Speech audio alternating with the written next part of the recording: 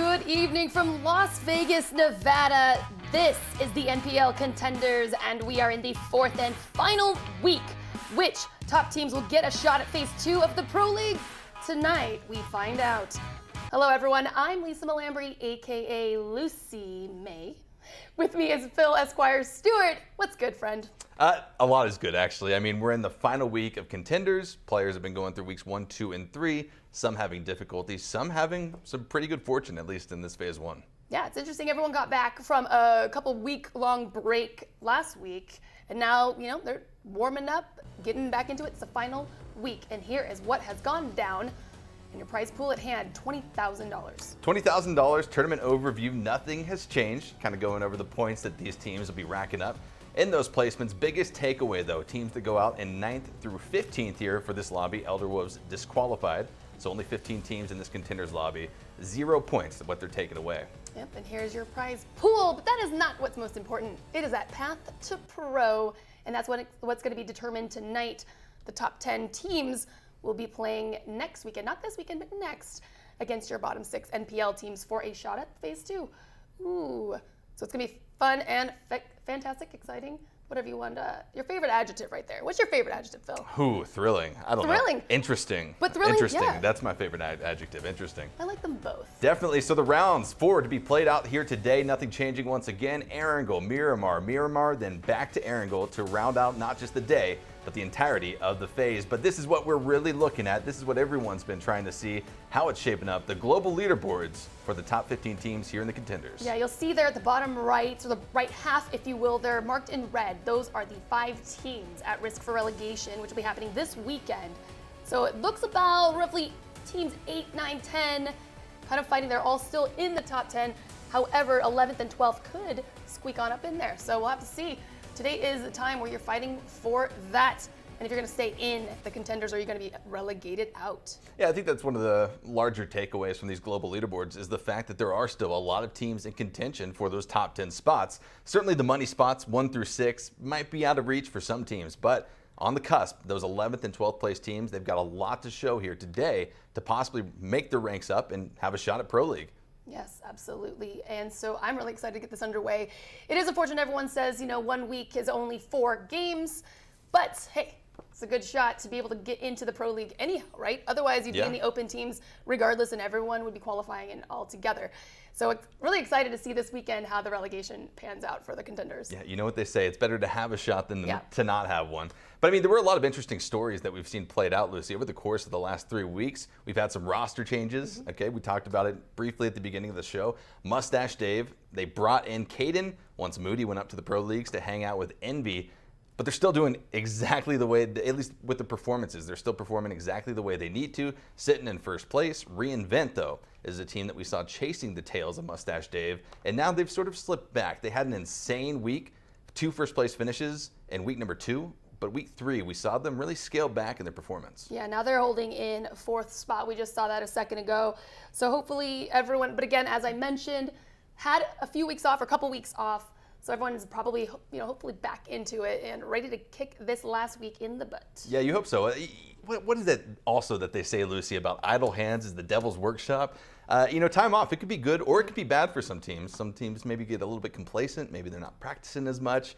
But then other teams are certainly going to be putting in the work. So I think it's going to show which teams have been maybe paying a little bit more attention to this last week of Contenders, because a lot is on the line, especially for these teams. I mean, you talk to them and you say, what do you guys, what are your aspirations for this? And none of them are going to say, oh, we want that $6,000. It's no, we want that at least a top 10 spot because we just want to have the opportunity to prove ourselves. The real bulk of that money is going to come once they hopefully get to Pro League. Get in the Pro Leagues, that's right, which is happening not this weekend, but next weekend. And so who are you guys voting for or wanting to win? Who do you guys see winning this, taking it all? Perhaps, we've got Mustache Dave in the lead. Tweet it at us. Use the hashtag NPLC. Let's get that conversation going and just talk about your favorite teams in general. Yeah, or you can check out the OGN Esports tweet. There's a poll up right now with the top 4 teams. You can go ahead and select which team you think is going to be moving on. Check that out, retweet it. Like Lucy said, get it out there so we can see how many choices or how many, responses we can get. But I already saw, I put in my poll, and thank God it's anonymous. No one can see what I picked. But, well, I mean, you can tell us now if you want, Phil. No, because I'm a very unbiased caster. But regardless, I think there are already over 100 people participating in this poll, so it's showing a wide range of where the fans are coming out for. Yeah, who's in the lead right now? You'll have to go to the tweet and check it out. It was close. I mean, it was neck and neck. There are some very good teams, at least in the top spots, right, that have some pretty good followings. They're very active on social media. They've got the streams going. And this is what we've talked about, Lucy, having maybe not, you're not building a dynasty yet in Contenders. Certainly it might be the start of a dynasty, but you have to be worried about how you build your brand up, how you get those fans invested, not only in your team's performance, but also your individual performance. Yeah, and even if you have just your friends are out there tweeting it out for you, I mean, that's a way to start, right? Just get that chatter out there about your brand and root for your favorite team. Yeah. Let's get them in there. I mean, not that that'll get them into the NPL phase 2, but it can only help, right? Cheer them on. Yeah, it can only help. I want to talk also about Lego Your Ego. They had an outstanding week. In week number 3, we saw them entering week number 3 at the bottom of the leaderboards, 15th position. You can't get any worse than where Lego Your Ego was in week number 3. But, Lucy, one good week when you only have 4 in total to play in, it can do a whole lot for your leaderboard rankings. And we saw Lego Your Ego propel themselves from 15th up into 8th. So they're not just on the cusp of the money, but they've also, at least going into week 4, they've secured a spot not to get relegated into the Open Series tournament, but also a chance to possibly go up to Pro League. Well, at this moment, and we've got 4 games to find out. And speaking of, let's get into game number 1 on Erangel. Not a terrible flight path. Everyone's going to be able to get in there, get their loot. And already heading back down to Sosnovka Island. It's going to be overconfident. They've had success, at least from this drop location. So, hey, if you are at the tail end of this tournament, you might as well stick to your bread and butter. Don't change anything up too drastically.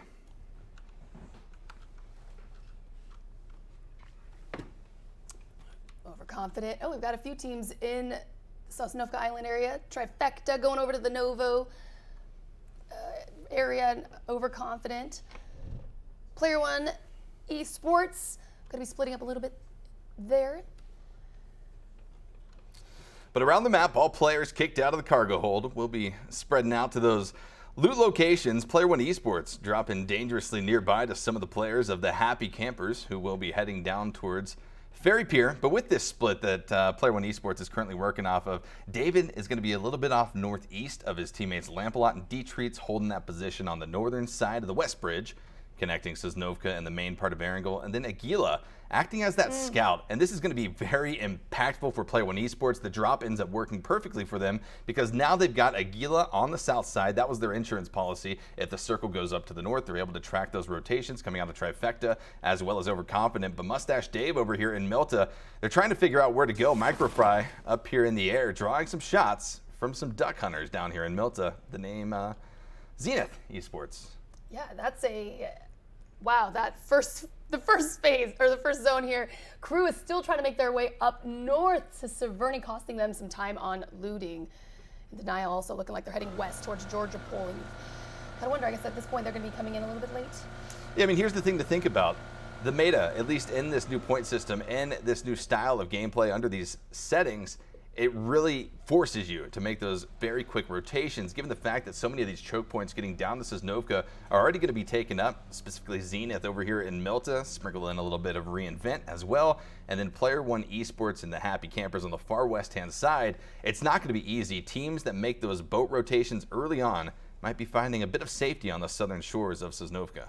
Yeah, you know, I mean, because if you're going to push through the north part of the main island here, that's going to be super congested as you see. So a lot of teams are going to opt to perhaps take a boat and go wide around, but that's going to cost them a lot of time. So getting in that boat and going from all the way to the north side, it's just got to hope that you've got your god loadout quick, and then you can just make it on through with the boat. Time has become, if not maybe a more important piece of utility for these teams than smokes, than ammo, than meds, than whatever. I mean, time is really going to work against you. PUBG, we always used to talk about it under the previous settings. That time, a matter of seconds, can drastically change the outcome of your game. I think that even magnifies under these new settings where teams are starting to realize, you know, hey, we waste a few seconds in that rotation. We won't just lose one member in that rotation. We might lose an entire team. As Pax from Elevate having a pretty good week last week, Lucy, ending week number 3 with game number 4, a nice victory for them coming into the final week. Yes, and Pax really far away from the rest of his team. Not exactly sure what he's perhaps trying to do at that point, but it looks like his teammates are driving in now. A lot of rotations are being made as teams are trying to get a little bit more central in this first phase, which will, in essence, will open up for these northern teams that are still up there looting to be able to come in a little bit less contested. Yeah, you hope so. We'll start to see at least a few teams positioned on the cliffs here. Pac's going to still be hanging out, but Sonics are drawn to this position. These cliffside positions, which really give you a great line of sight on Sosnovka Island, but also the opportunity to quickly rotate should you see a shift not in your favor. We'll see what they're going to do here. Looks like Yak's going to be bombing into the channel as Smithy pops out. Nice flip, going to be landing in the water. There goes Landoon as well in the backwards position, but here is Pax. He's on the cliff. He's not inside of the water anymore. He's come up onto the shore and is in a position to spray and pray onto the members of Sonics who so desperately need a good week. But no, it's going to be Smithy spotting out that member of Elevate. But here comes the backup, actually. Other members of Elevate, Chubba Bogo, Tiggleton as well. Godku coming in, and they are putting out the hurt. Smithy going to be knocked down, and out flushes coming out hot for Elevate, picking up the first kill of the game. What are the odds? Elevate just chased them into that little peninsula here and are able to get a knock. Oh my goodness. I mean, here's the thing, though. If you're Yaxley or Landoon, you essentially have to cross the channel. There's no way you're going to be able to retreat off of this unless you wrap around this eastern side of the cliff. It's going to take a little bit too much time, and in the grand scheme of things, I think you have to bail. Tony V, already bailing, has to figure out a different rotation as well. The Sonics really going to be hurting here from all of this lost time, lost positioning, you name it. They're losing out. There's never... We've seen this in the NPL. Anybody trying to cross this channel here it gets decimated. You've got to try to be able to make your way back up onto this main part here. Face Elevate Sonics head to head, and try to take this on. Looks like Tony V is in a boat at this moment, though, trying to maybe perhaps pick up the rest of his teammates. Here we have going down at the hands of Reinvent. Kendo, the only remaining member up for Zenith Esports, caught out by Reinvent indeed, and down they go. Reinvent not going to be losing much at all. Grizzlies certainly getting knocked. That will lend itself towards this war of attrition they'll face off against here in game number 1. But in the grand scheme of it all, 4 kills is a hell of a way to start off one of the final games of NPLC week number 4. I mean, Lucy, I don't think Zenith expected that. We saw them in Milta. They were in a good position to rotate down to Sosnovka Island, but unfortunately took the wrong turn somewhere along the line and smack dab into CeeLo and the rest of the crew they were. Yeah, I'm not exactly sure what happened there. Looks like Landoon here, they opted to drive away. They got luckily away far enough out of line of sight from the shots, but Yaxley is still by himself all amongst Elevates. That is looking pretty slim unless he's able to hide and they have no idea he's there. Are they looking for him? They are looking. They definitely suspect that someone's going to be hiding here in the cliffs, but getting in the boat is going to be the more, I guess, intelligent decision here, and a smart play coming out from Elevate, who's got a lot to earn here in the final games. I don't know if they know he's there, because you could just do this. See it.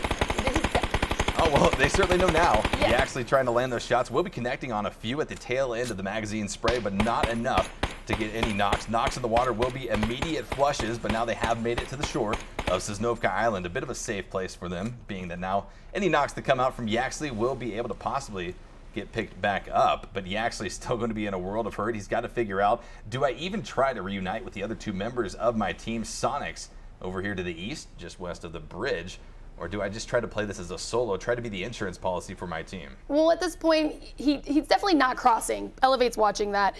So at this point, be it that it's still in the first circle, he's not in any pressure to leave that position.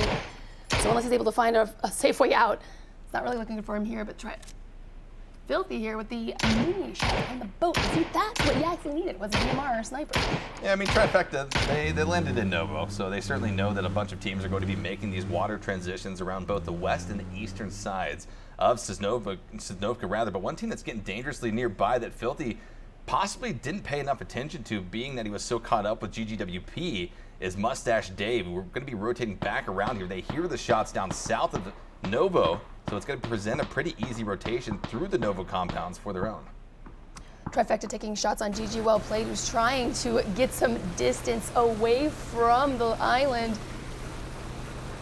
over here with Mustache Dave team. Oh, knocks himself, got out a little bit too early. You hate to see it, but it certainly does happen. Fortunately, he's going to be at least maybe in a position to possibly get up the ramp. He's got to stick to res by Micro 5 very quickly because he will be bleeding out and he will be losing his breath as he goes. Halo Klein Gaming will be the perpetrators of this shot as the next circle shift. Phase number 2 pops off and down to the far southwest we go. Pretty much one of the few circles that no one on the map wanted to see. But happy to see it will be the Happy Campers. They don't have to rotate off of this. Still a lot of far rotations, though, off of the far west and the far east. Team Crew, coming off of that far northern position, have not even left Lipovka yet. And then our teams over there in the northern George Bowl spots, Denial and Lego Your Ego, still trying to avoid that blue zone damage, trying to make their way into circle number 2. Yeah, you'd hope that they've got enough health to get them through that as they're going to be navigating into the next zone. Looks like Lego Your Ego is going to take a wide rotation in here with Overconfident. Oh, but the Happy Campers spots out Aguila of Player One Esports, taking some shots. At least there's a duo there for the both of them. Fortunate for Player One Esports that Stab from Overconfident ended up trying to scout out these buildings. It sort of narrowly opened up that window of opportunity for Player One Esports to slide in and take hold of those 2 compounds just on the eastern side of the road from where the Happy Campers have set up. But Stab has found the spot that suits his fancy, calling in the other members of Overconfident. Keenan, Rift, and the rest of the crew will be bombing down towards the southwest, trying to reunite with their teammates. As I saw a few shots, Lucy, over in the blue zone starting to come out. Maybe some aquatic shots from Lego Your Ego. But look at the direction that Zydus is now driving right into the members of Denial who have opted to get out of their vehicles, trying to find some boats.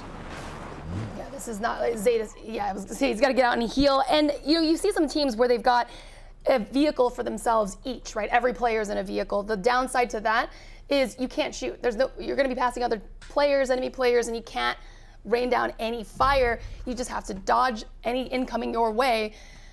So you've got to decide your pros and cons in that regard. So Zydus is able to heal because you obviously can't heal as well as driving. So these two, it's going to be interesting to have a 1v2, and there he goes. Yep. Oh, here comes the third, or rather the other teammate. For Denial, Cloudtail is going to be coming in, putting out some shots. Tetra ends up finding the knock, though, in the flush onto Zydus, but the other members, third line, now going to be in the scope. The 6 times, M416 spraying down on top of third line and his teammate up on the hill. They've had to retreat off of this Zynite, just trying to bomb away from the members of Denial, but I'm still not sure what they're doing. Both teams are going to be losing out on this, fighting so long, not making these rotations as favorable compounds, favorable positions, and what amounts to be a pretty detrimental circle for this lobby get taken up. Yeah, Lego Your Ego, they're holding a defensive line, and I'm not sure, like you said, what their thought process here is at this moment. I thought perhaps they were going to retreat and try to get a boat off of Primorsk and get out of there. But unfortunately, they're going to be taking some shots from Denial. One goes down, and Denial is going to opt to get out of there because they know this zone is moving. It's going to start hurting more and more, and they are running out of health. Third line, a dominant player for this Lego Your Ego squad. And in the previous week number 3, you might remember him from all those frag grenades he was throwing left and right, getting those kills, but he was knocked. Fortunately, the members of LYE, Lego Your Ego, were able to pick up their fragging teammate and continue on, or at least try to continue on. As the blue zone starts to shrink in on phase number 2, it will be closing out in a matter of about 30 seconds. And phase number 3 will be popping off. It's going to be, I guess, pretty impactful. It's going to give us a better idea as to the landscape of the mid to late game here in match number 1. Yeah, this is Lego Your Ego is luckily Denial has pulled off of that. However, they're definitely going to be gatekeeping them into this next zone as the new phase pops. More onto military proper. Denial, Disciple is able to get in. Cloudtail will be able to get in as well. Here with Vignaldo, he's got sights on Mustache Dave team. They're split up.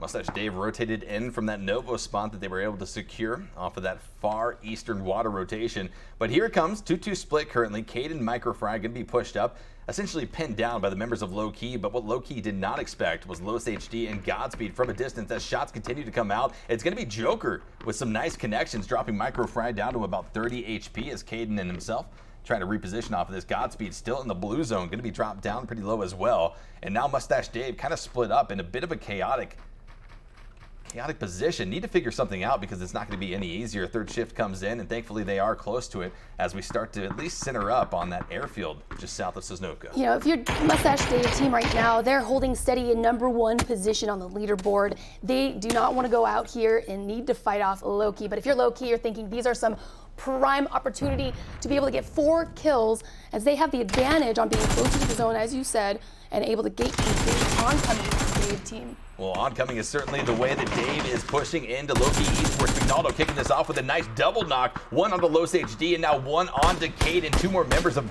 Mustache Dave to worry about. Godspeed dropped down to about 30 HP, trying to evade both the blue zone and the bullet damage raining his way. But will he be able to get away from Joker? He gets some damage out, but it's not going to be enough. Joker with a nice knock. 1 member of Mustache Dave going to be left alive, and it's Microfry from a distance all the way down south, pegged with a nice shot. 57 damage going out, and that's going to send Microfry packing, trying to get to safety, trying to get some much needed meds off, and hell, be the insurance policy that Team Mustache Dave needs. You got to remember, first place on the global leaderboards coming in to game #1 would be incredibly impactful if they went out in 13th. You know, Loki and Dave fighting in that position in that moment allowed Crew to be able to rotate through the waters completely undetected. They've now beached on the south side, making their way up. Looks like they're going to be uncontested as Dave's squad was wiped out, leaving only Microfry.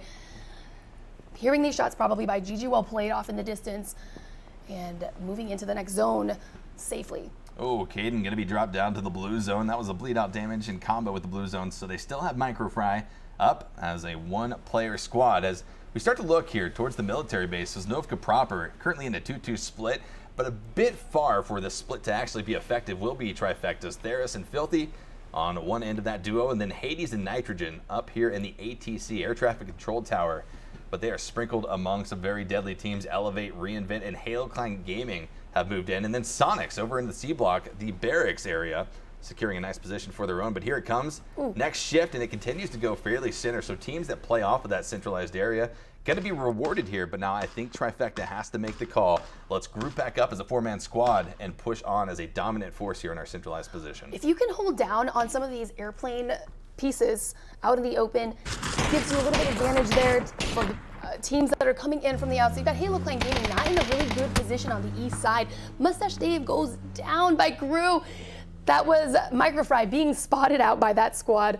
Crew coming in, taking them out at 13th, and then the Crew is going to be approaching on Loki, and I don't believe they know Crew is on their south side. Yeah, that was interesting. Microfry ended up starting to push into the members of Low-Key, sensing the retreat coming. He tried to fire off the shots, but Team Crew, they heard them. They looked that direction, and what did they see? Well, a lone Microfry standing by himself. Mustache Dave down and out, but the lobby continues to stay alive, at least with 12 teams pushing on into the mid-game. Shots coming out from Overconfident, who have held onto this compound southwestern corner of Sosnovka Island for the last 5 minutes. Yeah, they've been amongst, I wasn't able to see exactly what was going down over there, but Player One Esports just slayed on the Happy Campers earlier, and you see them in the 2-2 split right now, and they just must have converged down with some gunfire, taking them out.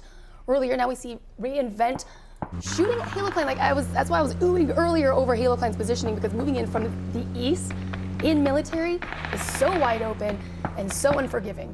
Yeah, Zodiac unfortunately going to be feeling the unforgivableness of this circle of this position as he crashes into the propane tanks with 4 guns from Reinvent looking right at him, 2 in the ATC, and then Greg Shot and CeeLo currently in the factory position. And Zodiac quickly realizes, I gotta get some smokes out. I gotta provide some concealment for this retreat that inevitably I'm going to have to make, as action pops off all around the map just shy of that 20-minute mark of game #1 of the day, week number 4. Low-Key and Team Crew getting into a bit of a mix. Oh goodness. Misclick on my part. All right, so we got Low-Key and Crew going head to head right now. We got bodies dropping. Leda is on the ground. One of Low-Key is also downed. Back push. Coming out from back, Renee's going to be raining down on top of Low-Key. That's going to be finishing off Joker as well, putting out a ton of damage. And there comes another knock. The vehicle explosion's going wild as Team Crew just throws the nades. A mini red zone coming out, and that's all she wrote. Low-Key Esports going to be dropped out in 12th position to Team Crew. Continuing on, though, 11 teams trying to fight for this position. Denial, they were mixed up among Lego Your Ego, but now finding themselves mixed up amongst that 2-2 split you talked about just a few minutes ago, Lucy. Player One Esports, David, well, they're not in a 2-2 anymore. They lost Lamp a lot, but David is a solo now, just laying prone. His vehicle might give away his position. Cloudtail going to be looking that direction, but here comes the third-party action. Disciple going to be knocked from Rift, and nades come in. He's going to be trying to see if he can get a little bit of area damage on the David. We say it so often. Smokes, they might get concealment, but they also provide a perfect bullseye from any nades from afar, as Cloudtail will get knocked. David says, quit throwing nades in my direction. And out they go. One more member of Denial in this area. It's going to be Carbon trying to do whatever he can to save his team from elimination in 11th place. Oh my goodness. David Saviors, GG well played off in the distance. It was a 3v1 and he just stood tight while GG well played dropped Denial bodies. And now, as you said, solo Carbon is going to be trying to clear that area out so he can res his teammate perhaps, or at least be able to make it out of there alive. Solo Carbon better be careful because he just got knocked down to about 7 HP. Thankfully had the hard cover of the tree to pop that first aid off, and here comes the smokes. The utility will be going into play for Denial Esports. A res on Cloudtail is pretty much out of the question at this stage in the game. Team Crew going to be eliminated very quickly by GGWP. This is huge for GGWP, given the fact that they are currently in last place on the leaderboards. Any points that they can get, I believe they were 15 points or so below 14th position. 35 points or so is where they're standing. So any points that they can get are going to be impactful relative to where they're currently sitting. And where they are currently sitting is also not good. It is a very wide open space, has long sight lines, but they were able to at least clear Crew out of their way.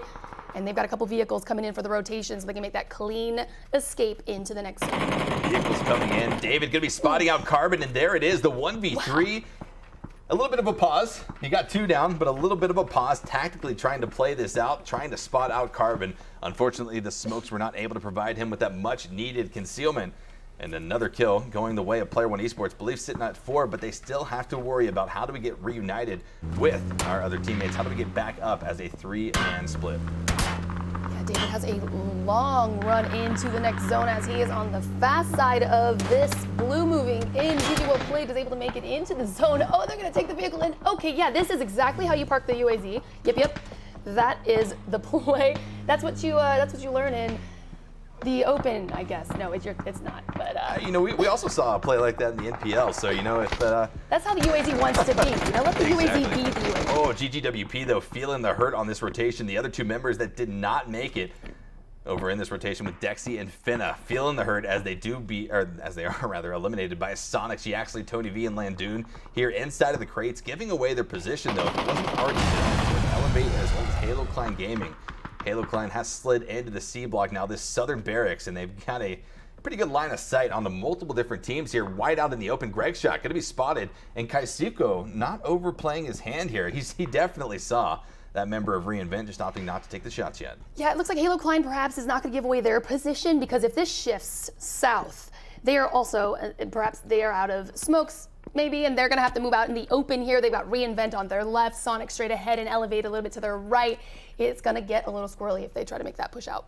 It's going to get squirrely. That's absolutely right, but I already feel like it's getting squirrely down here to the south. Trifecta and Overconfident both utilizing the broken plane airfield for cover as Hades starts to feel the hurt. When you're trying to hide from one position over towards the west, you might be giving away your position to a team on the east, and sure enough, over to the east, Reinvent from a distance finds 2 nice knocks onto the members of Trifecta. Nitrogen, the newest addition to this squad, replacing Soko, another team roster change we saw going into last week, trying to champion for his squad, but Overconfident knows that they've got the advantage here. They're going to be pushing into this in whatever way possible. Overconfident has to take this fight with Trifecta, clear the way to move into the next zone freely. However, with Reinvent, with those high sightlines over from the the east side in that building, it's going to be pretty tough to be able to make it out of there alive as Overconfident and Trifecta go head to head. Nades coming in. Theros now going to be under fire as well. Rift putting out some serious pressure with grenades, but also going to be taking down Theros with some nice shots. We'll be getting a nice headshot with the Scar and a flush, but Trifecta continues to get bombed on by multiple different teams. The majority of the lobby up here towards the north will be hearing this engagement, and it's only going to take a small peek with a good optic to find nice shots, possibly even some kill steals to walk away with as Overconfident tries to reset off of this. Solo Trifecta Nitrogen is hanging back, knows that this is not his time to start shooting anybody because it is a 3v1. Waiting for the, he's gonna out stab. through the smoke, able to get out a lot of damage, but unfortunately only 11 rounds come out of that AKM, and he didn't find the connecting shots he needed. Pushing up very aggressively, gets a knock onto Keenan, but it's not going to be enough because Reinvent Grizzly still over here from a distance, picking up kill after kill after kill and losing nothing in return. Well, as Reinvent is putting down that fire from the east side, and now we are back with overconfident. They're the last team down there on the south. They are going to have a very rough push in just to the zone at all, because whatever is inside the boundaries of this next phase is in the open. They've got luckily this one piece of plane for a little bit of cover, but it's just there's so many teams all around in the north region. All things considered, a pretty 200 IQ coming out of Stab from Overconfident, securing a spot on the southern side of the circle as he does lose his final teammate, Trevor, to the blue zone. But hey, if you're a solo player, you've pretty much got the entire southern part of this phase all to your lonesome, and with some good cover as well. Park that U8, or rather that Dacia, very strategically to block off any lines of sight from Lego Your Ego. I think that was the main target that he was trying to avoid. But here comes the shift. The blue zone almost done with that collapse, and phase number 7 will be kicking off here shortly. And I mean, Lucy, if this open field wasn't deadly enough, you know, why don't we throw some crates in there and possibly bait out some teams to try to pick up some level 3 armor? Oh, those are beautiful. And luckily for Stab, the zone is not that far away. So he is going to have to utilize any little piece of hill. If he can find it, he needs to be one with it. Keep in mind, GGWP was spotted by Reinvent when they crashed in here. Reinvent lost 2 of the players in the crash, so they're looking against a 4-man squad of Reinvent rather pushing up, but here come the nades as well. Grizzly going to be leading off this charge. Good damage coming out. Dexy going to be dropped. Just 1 member left for GGWP, and he's going to have an incredibly hard time trying to combat against this Finna, trying to hide in between a blown up Dacia and a bit of a wall here in that reservoir. But will it be enough? It looks like a nice nade going to be landing right next to him. Wasn't cooked just enough, and so it gave Finna that opportunity to back away. Finna is... the heart's got to be raising at this point. He heard the nade come in. He's the only player left on GG Well Played. He cannot believe he was able to even cross through without getting rained upon. And there it is. He's able to get that knock on CeeLo, but unfortunately, Greg Shot returns and says, this is the end for you. GG Well Played out at 7th. Yeah, it's tough to combat that when you do have so many members looking down on you, so many enemies. But here's a three-way fight popping off between Halo Clan Gaming, Sonics, and Elevate. We knew that this was going to happen some point of this circle, some point of this end game, but it's already starting to kick off very dramatically as Elevate just gets wiped out. A huge grenade coming in for Aguila, the solo player of Player One Esports. You gotta like what you just picked up. He had 0 kills before that nade was thrown, but hey, why don't you just walk away with a 3-kill count and your placement secured at least a top 5 position, and he's not stopping here. The Aguila train for Player One Esports continues on. The Aguila train, the choo-choo coming in hot, and he has some good cover there between him and Halo Clan Gaming. However, he does have Lego Your Ego just to his south, waiting to get a sight onto Aguila. Yeah, tough spot for all of these teams to have to maneuver, pretty much reinvent, and the most secure position on the far eastern side of the circle. But as far as the north and northwest goes, you're gonna have to be watching these corners very carefully. Slow movement will be the name of the game as Reinvent picks up their 10th kill of the game. Absolutely on a rampage. The members, though, of Halo Clan Gaming walk right into Landoon of Sonics. He picks up a nice 1-2 count. Wow. But Lucy, unbelievable to just see that happen right there. You hate to see it if you're Halo Clan Gaming, but you love to see it if you're Sonics. They needed this huge game. We talked about how maybe they were in a tough spot in the early game trying to make that rotation, but Landoon is champion. He has brought their squad into at least a top 4 position here in game number 1 of week 4. And with 4 kills to boot, they're not looking at too bad of points. You've got Solo, Aguila, Solo, Landoon, both being watched by Lego Your Ego, who are positioned perfectly within the zone, the only squad in there at this very moment. Reinvent is going to have a push there out in the open, looking like they're going to be trying to find these players on the north side to clear that out so they can have possession of that area all to themselves. Smoke is going to be coming out for Reinvent, who has to move off of that previous location. And they are going to be seeing smokes coming out from Landoon as well, but here it comes, Lego Your Ego, the third party action coming out. A tandem effort between Zynite and Mardones will be taking Grizzly down. That's going Leave 3 players alive for reInvent. Blue Zone going to be on their back, and they've got a few more meters to go before they will be safe. But how does Landoon play this? He's hearing the shots from both of the angles, sort of pinching him into this, and Willie's playing it just the way he needs to. Throw as many smokes as possible. Try to get that concealment and hopefully have the room to work with to get to the next piece of hard cover, but the grenades will be flying. The number 3 and Big continue to peek. Oh my God! Holy crap! What just happened? Unbelievable. Landoon is the squad wiper here in game number 1. Took out the entirety of reInvent just there, trying to peek around the side of the smoke, picking up 3 more kills, 7 kills in total now for the Sonics. And now it's a fight for the chicken dinner against Lego Your Ego, a 1v2 situation. And if there's anything that has been shown to us so far in this game, it's that Landoon 1v2, that's a cakewalk. Give them 3 and we might start to see a challenge. Landoon, you're nuts. This is exactly what Sonic needs. As you said, they are in the bottom 5 and they need to get out into the top 10 so that they can get out of relegation. It's a solo Landoon versus 2 of Lego Your Ego, who looks like Cyanide perhaps was able to pick up the crate weapon. Not sure exactly what he was able to get there. But now they've got Lego Your Ego, Mardones, and Cyanide holding angles on Landoon, just waiting for him to pop out. Oh, and he's going to be spotting out Mardones lying down. Took a bit of a return fire, dropping him down to 20 HP, but a huge spot. That was incredibly impactful for Landoon to be able to see Mardones in that prone position, trying to get that southern flank on him. Tries to go back around, tries to get the shot off, but Mardones is lying in wait. M16 headshot will be taking out Landoon, a.k.a. the squad killer. But what a game for both of those teams, Lucy. Sonics, they needed it. Lego Your Ego, they needed it too. We talked about these incredible performances that Lego Your Ego has been putting up in terms of numbers. No, this is great. I love, first of all, Landoon, you're nuts. That was an amazing game. Kudos to you for your squad. And kudos to Lego Your Ego, bringing that same energy, that same performance from last week, bringing the consistency into the final week here of the Contenders. Landoon, he's got some highlights coming up. Oh my gosh, yes. Whew, that was insane. I mean, Halo Clan Gaming, they tried to come down off of that northern position in the C block, the barracks, a pretty dominant power position that Sonics had previously held. Come up, you got to check those bushes, Lucy. You got to check those bushes.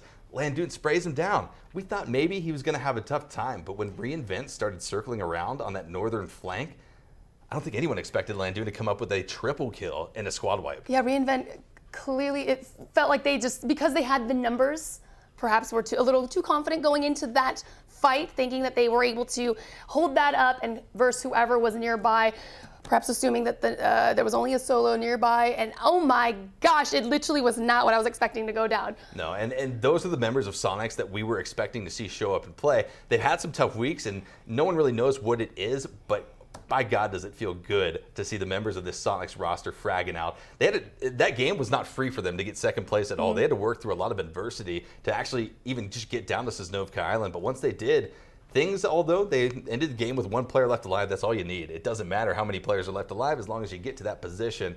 And hey, it just didn't work out against Lego Your Ego. I mean, well, even Lego Your Ego, remember, we saw them fighting with Denial. We thought that literally we were going to lose them early as well because they were further out from the next zone while Denial was closer, and then they decided to head on in. Right. So we were wondering, well, where is Lego Your Ego going to go from here? How are they going to make it in? Hopefully they have enough health to get them through, and they were. They snuck in completely.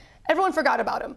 Denial didn't even think about him anymore, did their own thing, and didn't worry about him at all, and Lego Your Ego was able to make it all the way to the end. Yeah, sort of a testament. Rotation's the hardest part of PUBG to actually keep your teammates alive. Well, who had the farthest rotation in that game? I think it might be tied in a 3-way tie between, maybe Halo Clan Gaming, Denial, as well as Lego Your Ego, but Lego Your Ego...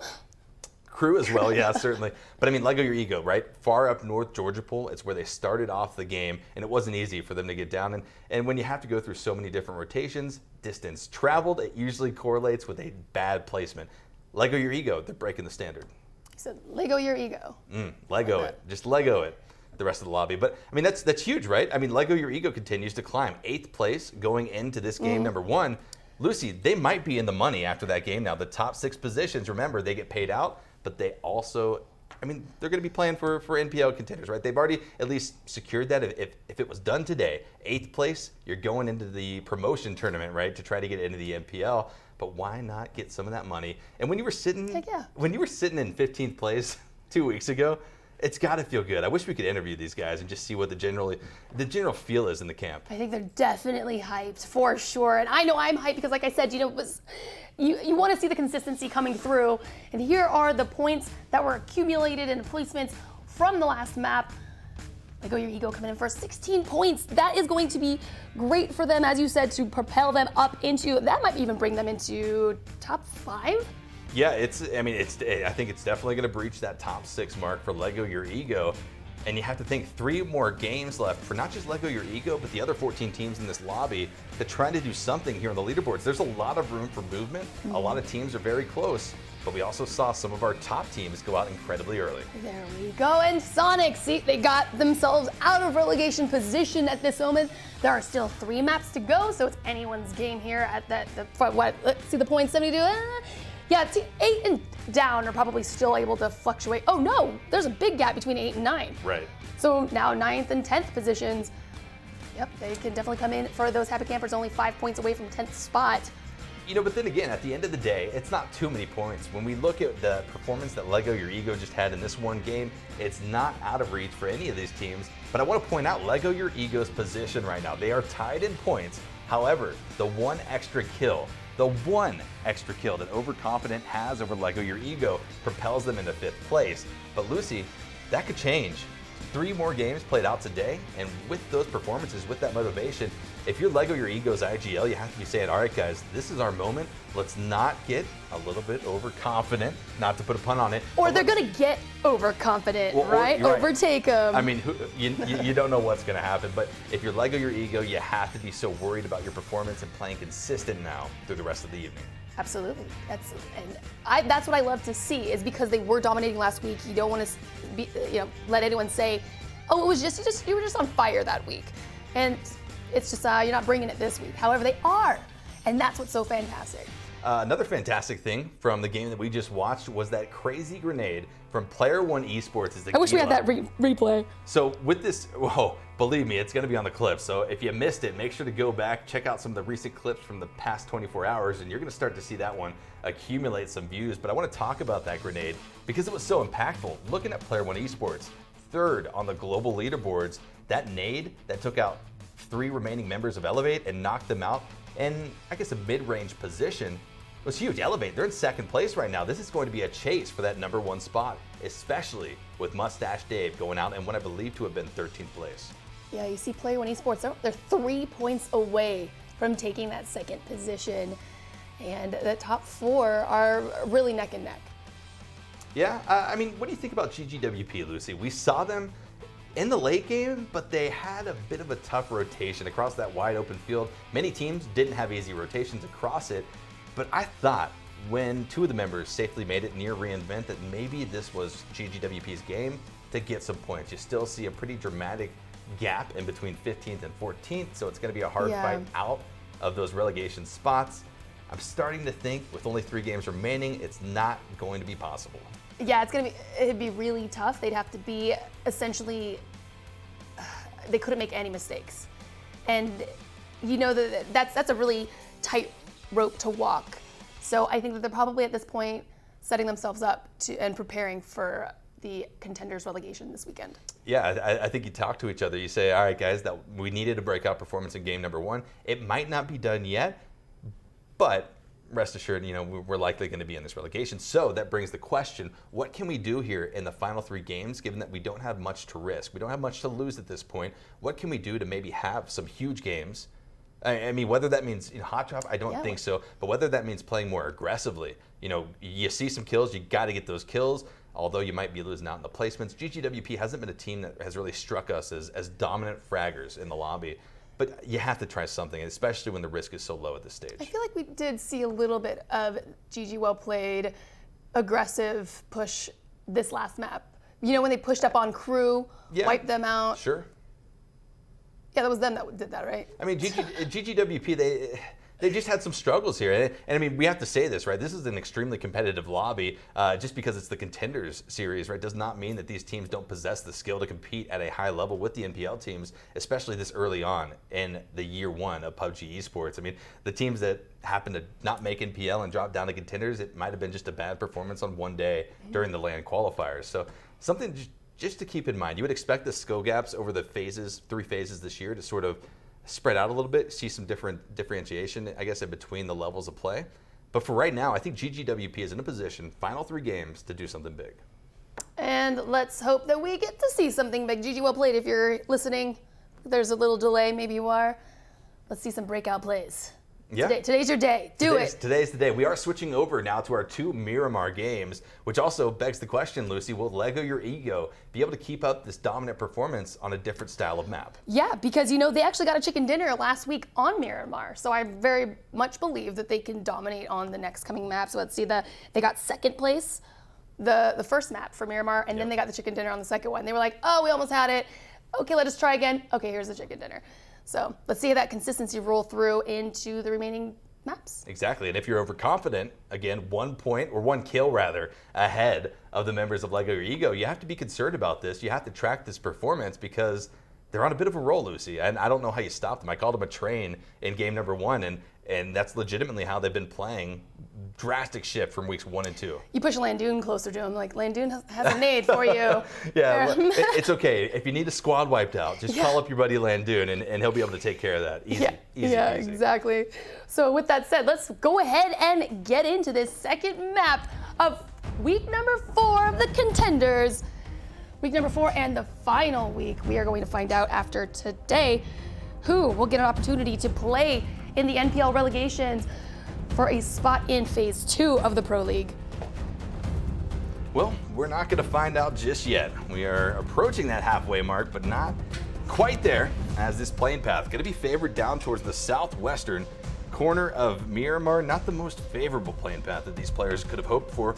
But hey, at the end of the day, Lucy, just to be on this map is something incredible regardless. Yeah, so what we've usually seen with this flight path is the circle tends to be on the bottom half of this map. So they can at least rest assured they won't have too far of a rotation. As I say that, it could be a caster curse and this thing's gonna pop in the northeast. But I don't think that's gonna be a thing. And at least with the loot buff, that if everyone's known at all, loot's gotten a little bit more buffed, and so everyone's most likely gonna be able to get the weapons and the loadouts they want. We've got to reinvent. Grizzly is over here all by himself, very far away from his team. Dangerously nearby to Sonic's second place team from game number 1, but also in between him and his other 3 teammates, 3 teams. I better make that 4 teams. GGWP, the Happy Campers, Zenith, and all Player 1 Esports are in Los Leones. Shots already going to be coming out early as Overconfidence spots out the members of Denial. Far shots coming out, but Stab is certainly a player that is capable of hitting these iron sight shots. Off in the distance, though, they continue on. Denial pretty much escaping almost a certain death there. Yeah, so now Overconfident will have Picado all to themselves. Everyone, we've got Halo Klein also taking some early shots over on Elevate as they're trying to get to their loot location, it seems, up in San Martin. Phase number 1 has popped. Circle will be taking us over towards the eastern side of things, pretty much centered in terms of its elevation, the vertical path of this circle.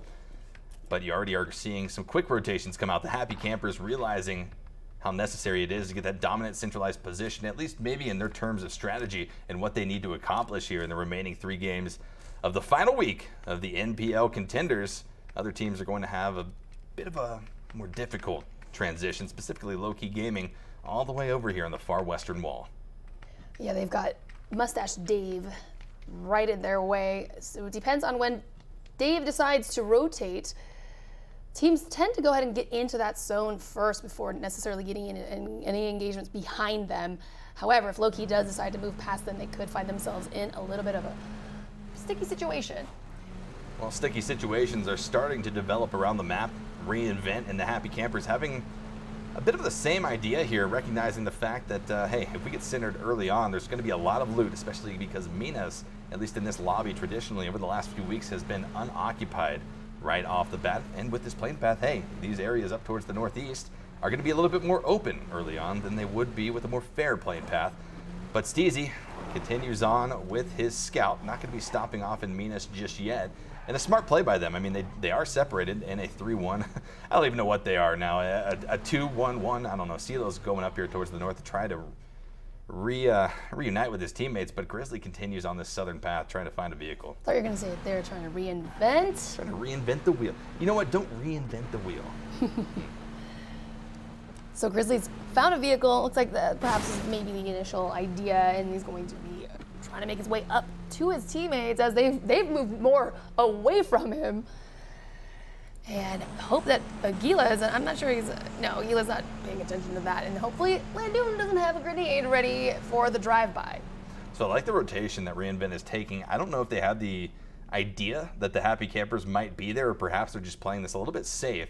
But regardless of the reason why they made the decision, I applaud the decision, because the Happy Campers aren't going to have any lines of sight utilizing that bank that goes up towards the north into the Minas Generalis area as their cover. As the Happy Campers continue on, again, loot settings are ramped up here, so anywhere on the map is going to be a good spot to loot. It just comes down to what rotation paths are your team favoring more than others, and what areas of the map are going to be accessible or possibly open. Low-Key Gaming goes to this western wall because I'm not sure they really want to contest any other areas of the map.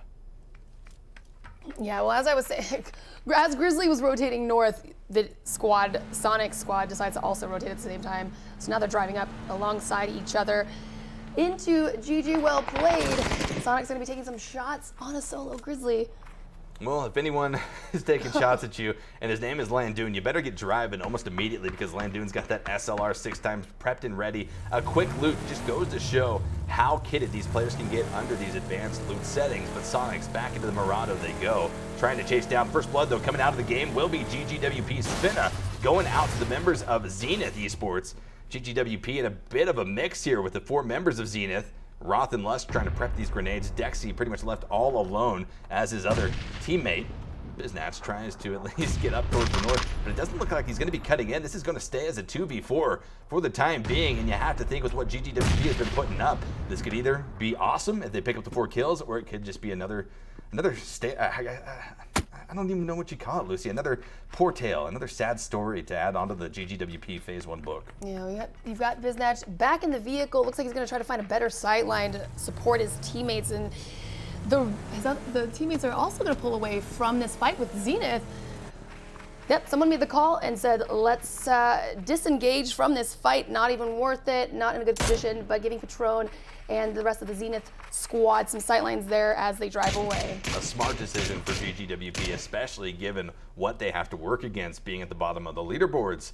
And it's hard to make those decisions sometimes, Lucy. You know, we saw them pushing up as a 2-man unit, still retreating, or still, I guess, off in the distance from Biznatch. They weren't fearing the 4-man squad of Zenith, but then the thought of reason came in, whoever the voice of reason is for that team, and they said, guys, let's make the retreat. Let's get off of this immediately and try to reset. Yeah, they were on the low side of that hill with Zenith in the buildings, holding those high sight lines. Also, GG well played, not knowing exactly where everyone is. That was a great call, just to pull back, regroup, try to go into another fight a little bit more organized. And now the 3 of them are at least back together, and they're 3 strong to go into another one.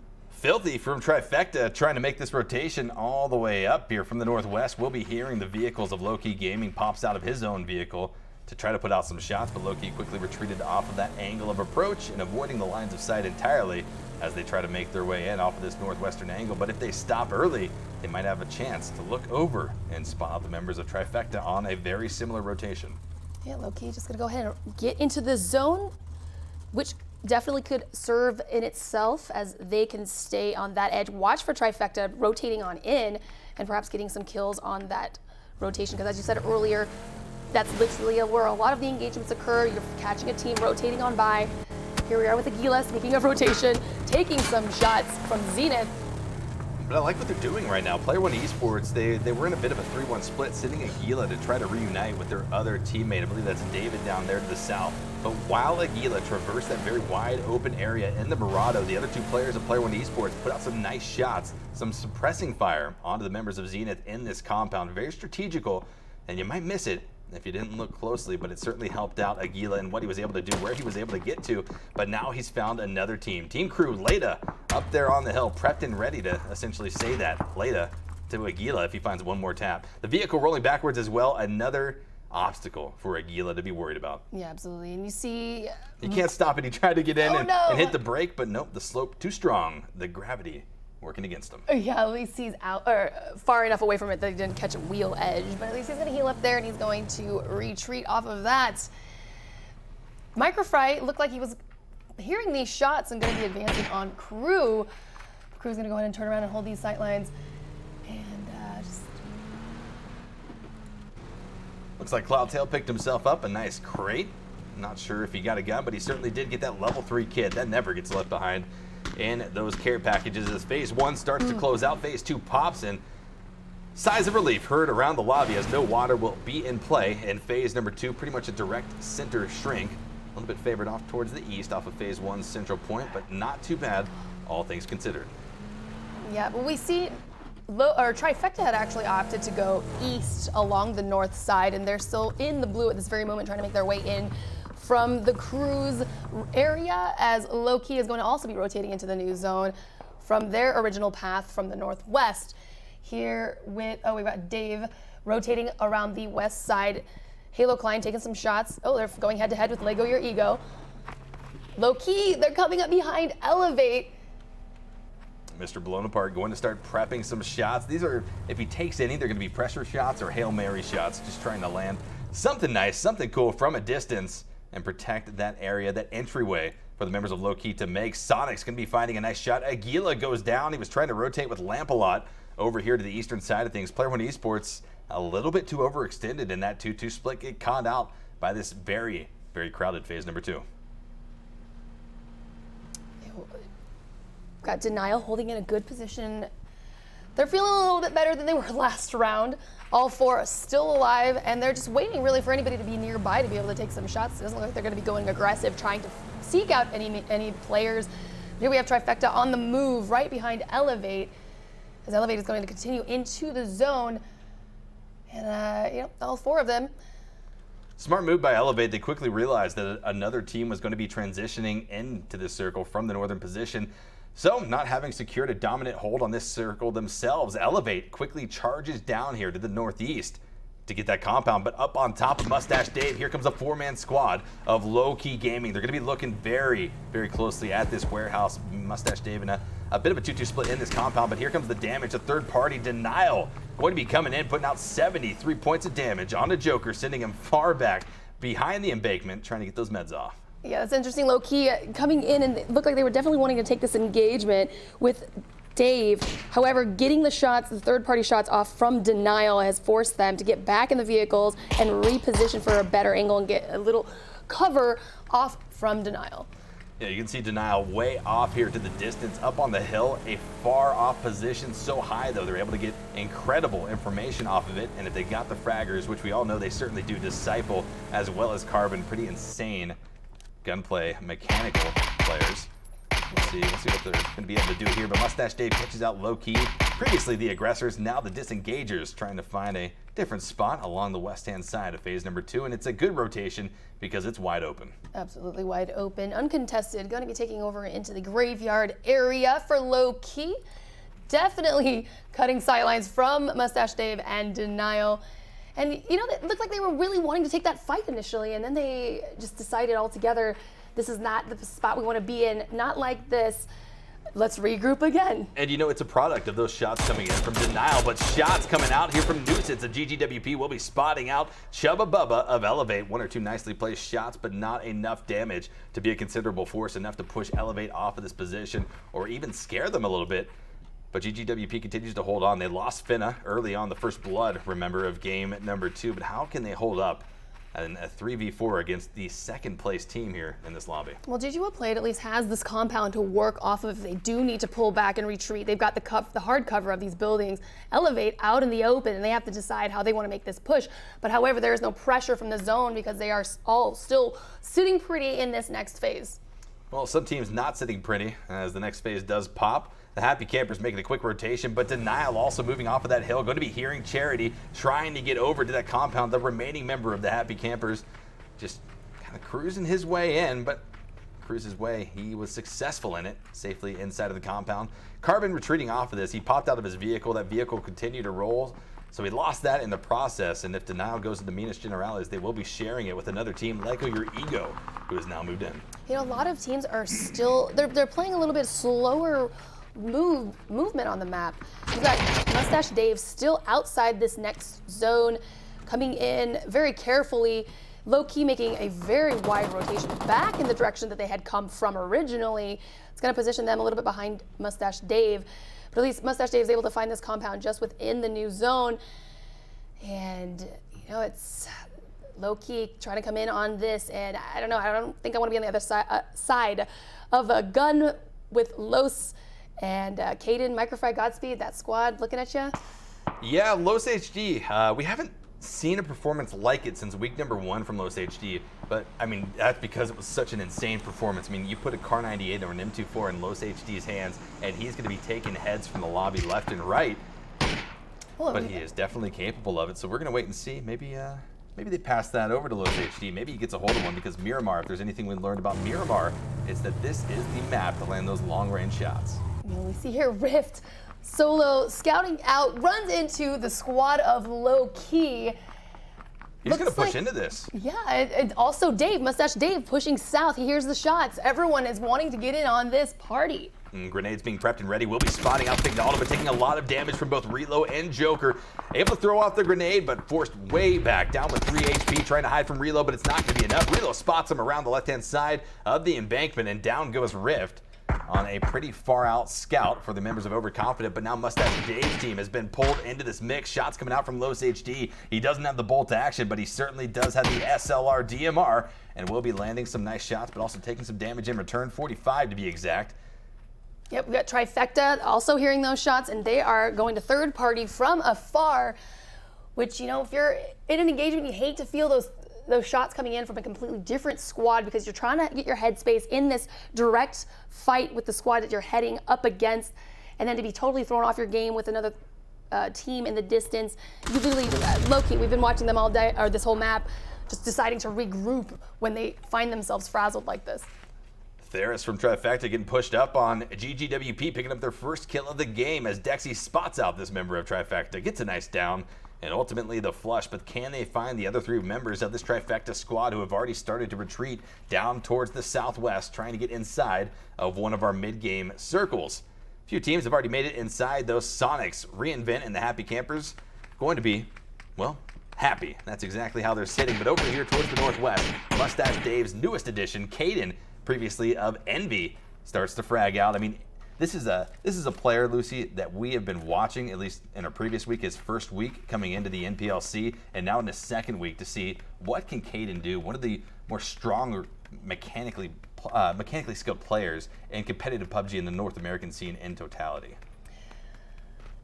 Yep, Caden, great addition for the Mustache Dave squad here. Just as I said, low-key, completely pulling off of that fight with Godspeed and I'm sorry, with Dave, Mustache Dave, and they are now finding themselves just south of Lego Your Ego, tailing in a little bit behind Overconfident.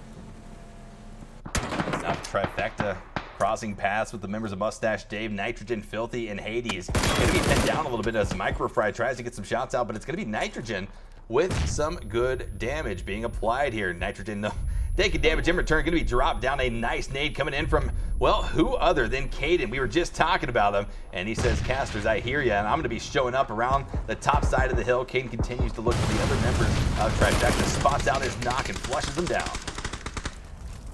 Filthy making his way into the zone and trying to get a better position. Unfortunately, that was going to be spotted out by the Happy Campers, who are also just kind of waiting for this fight with Mustache Dave and Trifecta to reveal themselves to their sightlines. You see them taking shots there in the northwest, as we are now down here with Halo Klein Gaming, Gunner going down and out to Zenith Kendo.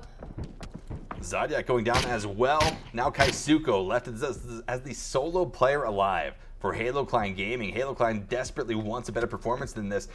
You got to remember, Lucy, they are in those relegation spots, the bottom 5 spots of the NPLC leaderboards. They've got to have better performances than this, but unfortunately it won't be happening here in game number 2 of the final week of the NPL Contenders series. Zenith, Kendo, and Lush find the knock, and, well, unfortunately, the fatal damage on to Kaisuko. Out goes Halo Klein. Yeah, that wasn't, they definitely were feeling the pressure there. Halo Klein Gaming on that east side, as Zenith and Player One Esports were just raining down fire. So it was unfortunate for them, and now we're going to find here Mustache Dave with the remaining member of Trifecta, Hades, just trying to survive in this shack, become one with the Shack. He's waiting for somebody to just maybe come in. He's going to throw nice nades. Yeah, those nades inside the Shack. Trifecta going out at 14. And unfortunately not going to be enough. Mustache Dave's team picking up some nice kills here as the circle continues to shrink. The blue zone almost at the edges of phase number 4, and the shots continue to come out. A lot of action starting to ramp up here as the boiling point of these Miramar matches has been met. We see another, we get Lego Your Ego versus Denial once again, going head to head here on the west side, outside of the zone. The Happy Campers third partying from within. They're sitting pretty, as you said, they're happy, just hanging out in that compound, watching Denial and Lego Your Ego scramble around for their lives as they are desperate to make it into the zone. Desperate to make it into the zone. I mean, look where Lego Your Ego is essentially caught up right now. They've got to dip into the blue zone to even get out of this area to get to safety. Third line, though, with a huge grenade on top of the members of Denial. Cloudtail, the 1-2 tap, he continues to throw him out, and he's going to be getting some damage. Denial just absolutely dumbfounded as to what is happening. Here comes the third grenade. The follow-up hits a branch, unfortunately, and won't be hitting its mark, but he's got even more. Third line. We expect him to have grenades. This is the player that has made those highlight clips with grenades so far in the NPLC. And, well, it wasn't a highlight play, but it certainly was impactful as to what these players from Lego Your Ego will continue to be able to do. Yeah, this is not, for Denial, they are going to have to leave this compound, and the Happy Campers, as I said, just watching and waiting. They're just seeing anybody that's definitely not on their team and connect some shots to bring some players down. To Disciple on Denial is not. Denial will be suffering. Oh, and so it's just Lego Your Ego's Mardone. It's actually, he's dead now. Unfortunately, Tetra steals the kill from the Happy Campers. And now the remaining members of Denial and Lego Your Ego are going to have a very tough time getting into this next zone with the Happy Campers watching their every move. Yeah, suffice it to say, a bunch of teams are looking over in this direction, whether it be onto Denial or onto Lego Your Ego. Lego Your Ego's third line spots out Carbon, gets a nice headshot, but it won't be enough. Carbon able to escape. The skin of his teeth as Tetra tries to do the exact same rotation path, and there come the fatal shots. The Happy Campers, Leafy on the third line, down goes Lego Your Ego in 13th position. So Lucy, not exactly that standout performance that we had seen from Lego Your Ego on Miramar. I mean, that was just unfortunate rotation that they had to make there. They were trying to fight out of that, but what can you do, as I said a little bit ago, about that third party coming in, forcing you to scramble and make those instantaneous decisions. They were fighting the blue, they were fighting multiple parties within the zone, just not looking good for them, and unfortunate, now they're out on the early side. But you saw them trying to get those kills on Denial, but those got also stolen from Loki and the Happy Campers. Well, here's the thing. Second place, Elevate, just got wiped out as well. Dexy, the solo player from GGWP, just hiding out as the members of Mustache Dave came over the hill and took out the enemy threat of Tiggleton.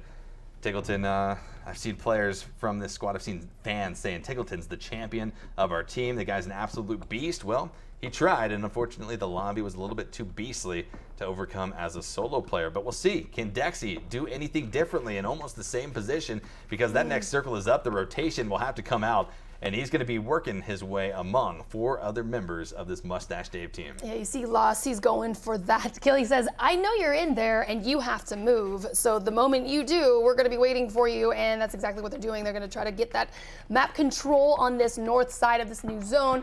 Reinvent is going to lay down some fire onto them. Unfortunately, however,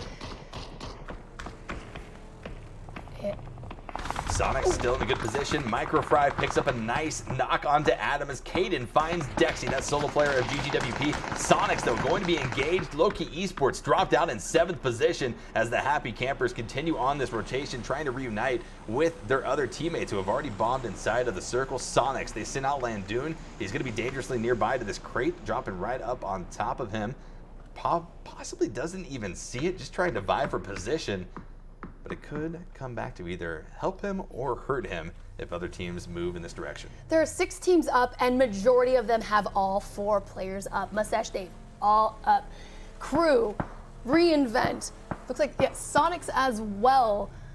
Goodness, versus the 3 remaining, oh no, even the Happy Campers. So we've only got Trevor, solo player.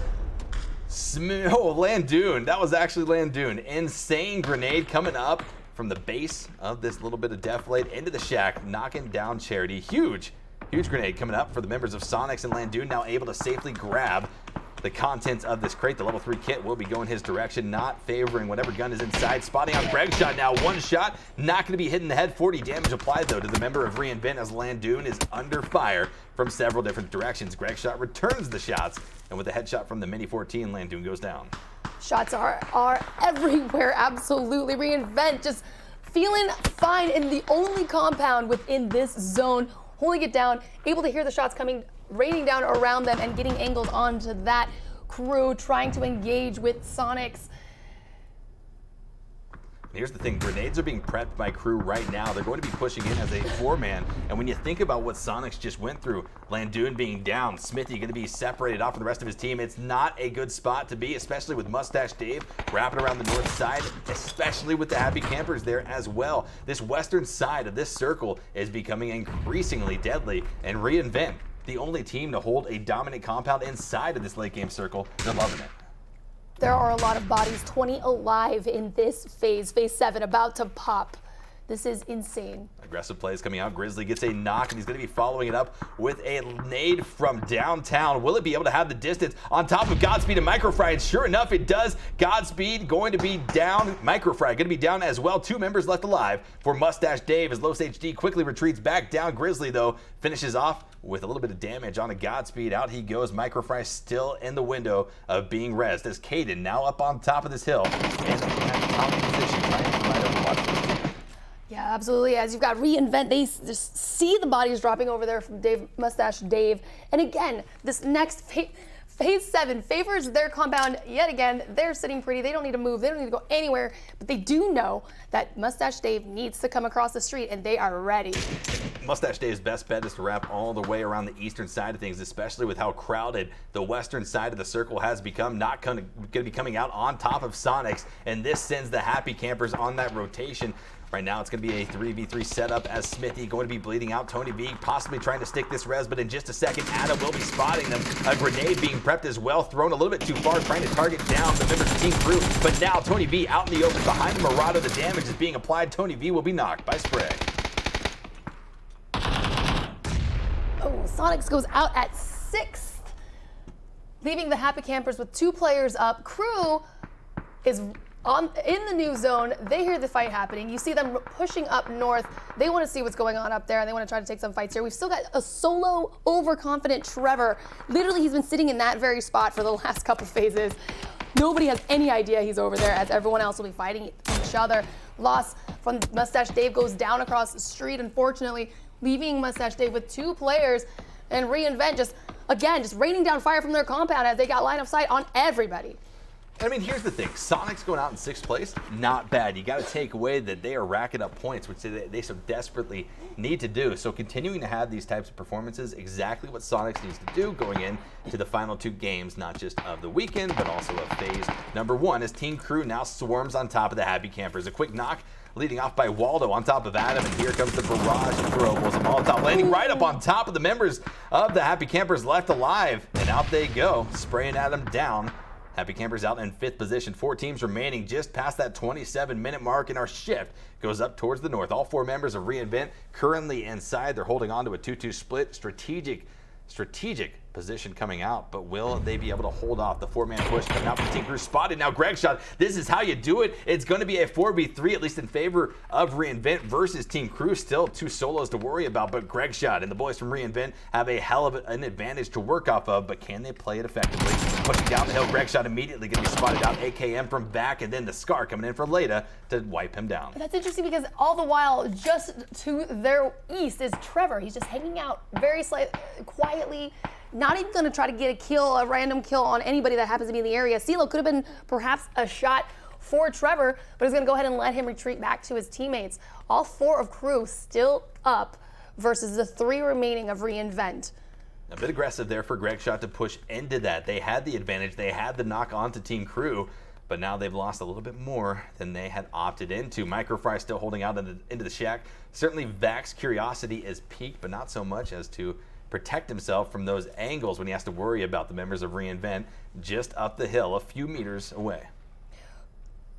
Crew just trying to get any information on where the players of reInvent are positioning themselves. You see them all spread out through the south part of the compound as reInvent as well are trying to find any line of sight on any player of Crew.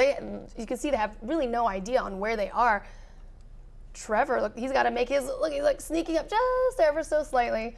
Grenades being prepped, possibly good to land on top of Grizzly, narrowly misses that wall. And then, fortunately for Grizzly, he's able to escape with his life, but the pressure has been felt. He's going to be rotating around to the northern side of this compound, pulling back his other two members. And here we are, phase number 9, the final phase of the game. It will be collapsing in and on itself in about 3 seconds' time.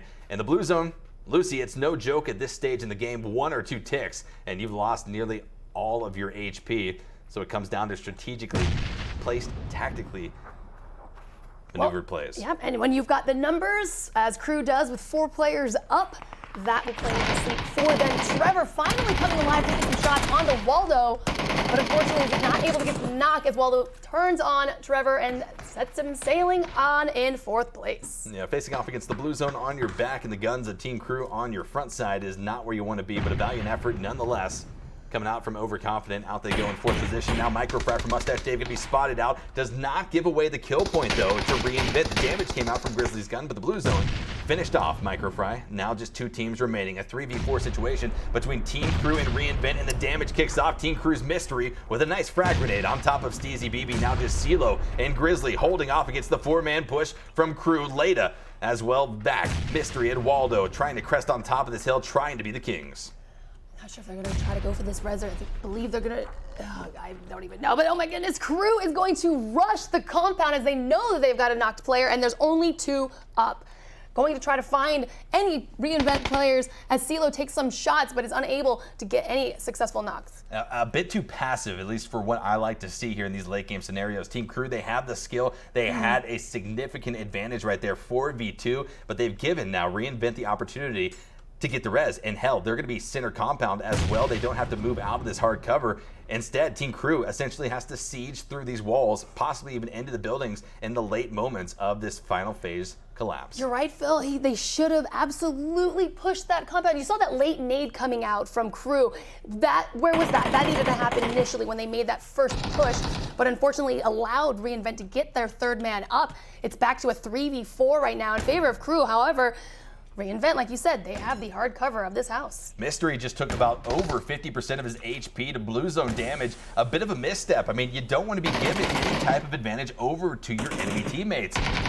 That going to be dropped down now, a 3v3. Mystery going to be dropped down as well, a 2v3 in favor of reInvent. Now a 3v1. reInvent absolutely swarming the members of Team Crew. They lost this game almost single-handedly as the members of reInvent come up with a huge chicken dinner. 12 kills to add to that point total. reInvent, if there's a team, Lucy, that needed this after falling a bit on the leaderboards, well, it's the members of reInvent. Congratulations to reInvent. Not exactly sure what happened to Crew, but reInvent, like you said, getting the epic kill count, 12 kills to their name for this round. Crew also coming in with some great kills with, that looks like 4, 5, 6, 7, 8, 9 kills. Caster math. Caster math. But yeah, not a bad game for Team Crew. I really think that they had that in the bag. I was a little bit surprised to see them not aggressively push off of that. They had the numbers to work off of. They had to have known that the only remaining team was reInvent. And when you have those advantages, you got to play off of them. That knock, that was their moment to push. And they did, but then they stopped. They played pretty passive. Like you said, that could have absolutely been their game. It was a 4v2, theirs to lose, and that it was, and they did it. They lost it to reInvent, and like you said, that helped them get a little bit better placement for some better money. Yeah, I mean, reInvent, they're a team that we've seen previously play some of their, I guess, players on the roster, tier 1 players on the global stage representing North America.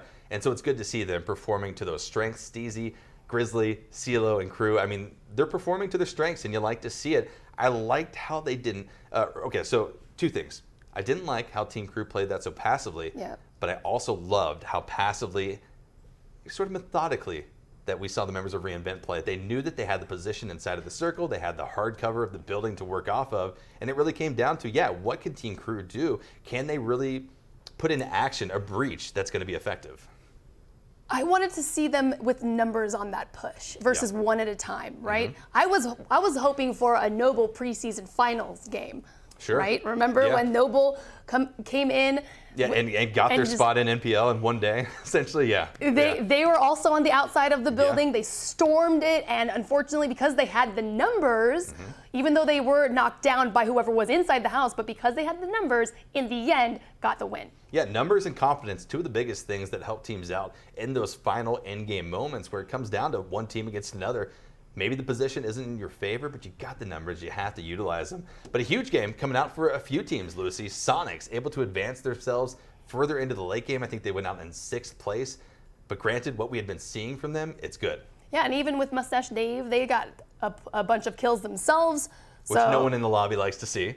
Right. every time they see Mustache Dave alive in these games in the late game, everyone's just like, well, this is going to be more points that we have to try to make up for. Exactly, placement points, and then they've got all those kill points, so they will be progressing with their lead in that first place spot. Yeah, no, absolutely. But it was a crazy game. GGWP as well, having a bit of a tough time.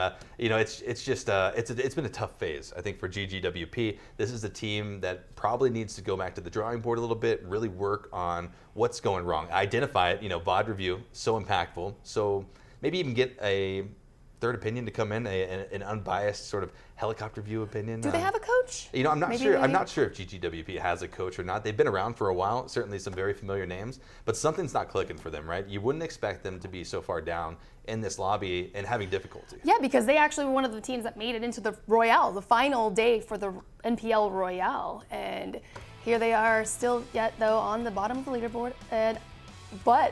This was like this game. I was like, wait, what? They're not though. However, here it is after game number 2. Reinvent in your first place position with that win. 22 points. Huge.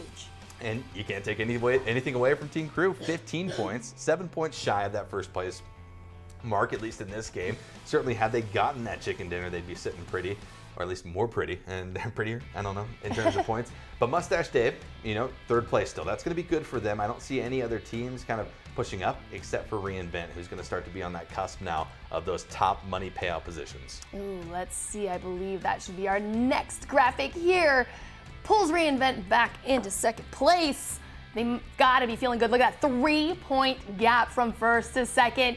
Huge, and they made a major gap between 2nd and 3rd. Wow. Yeah, so if you're Mustache Dave, you got to be worried about the boys from Reinvent chasing your tails down. Not going to see anything crazy from these two teams. I mean, granted, it is a different environment, Lucy, than, let's say the NPL, the prize money. Again, we've talked about it. It's not the motivating factor for these teams. It's the path to Pro League. As long as they're in those top 10 spots, they're going to be happy. So if you feel secured in those top 10 spots and you're trying to get into that money, especially given the fact that there are only 2 games left in Phase 1 Contenders, maybe now's the time to pull some tricks out of your bag, see what you got. Yeah, you see Lego Your Ego, they inched up 1 placement. That's great for them. They're feeling amazing. Denial dropping from 5th place from the beginning of today down to 8th. Sonics only 2 points out of relegation position. Trifecta dropping into relegation. Yeah. So now it's time. We haven't seen a lot from the bottom half of the leaderboards in games 1 and 2. You got to kick it up now. You got to kick it up because we have seen from previous weeks, those teams on the bottom half, they have kicked it up. They've had incredible performances. Lego Your Ego, granted, not the standout performance that we've seen from them, but still good enough to continue to propel them into now a 7th place position. Yeah, you see 9th, 10th, and 11th. Very close. Those are anybody's spots. But again, as we keep saying, with these limited amount of games to play, you can have a crazy wild game, and that could absolutely propel you up the leaderboard.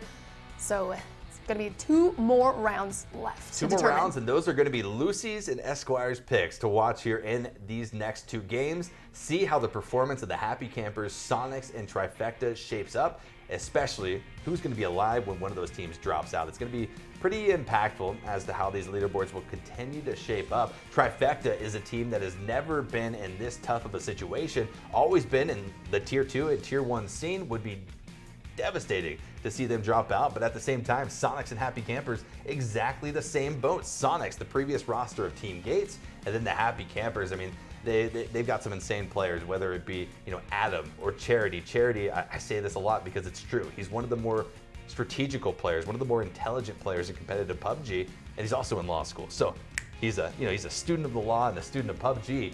But it's another team that you wouldn't expect to be in this type of a situation so close to the end of phase 1. Yeah, and you see the Happy Campers, Sonics, see their kill count. They have more kills than 6th, 7th, and 8th place. So they've got the fragging capabilities. They just need to find themselves in a better position on their way out of each map. And Lucy, there's one other thing that I would be a little bit worried about if I were Mustache Dave.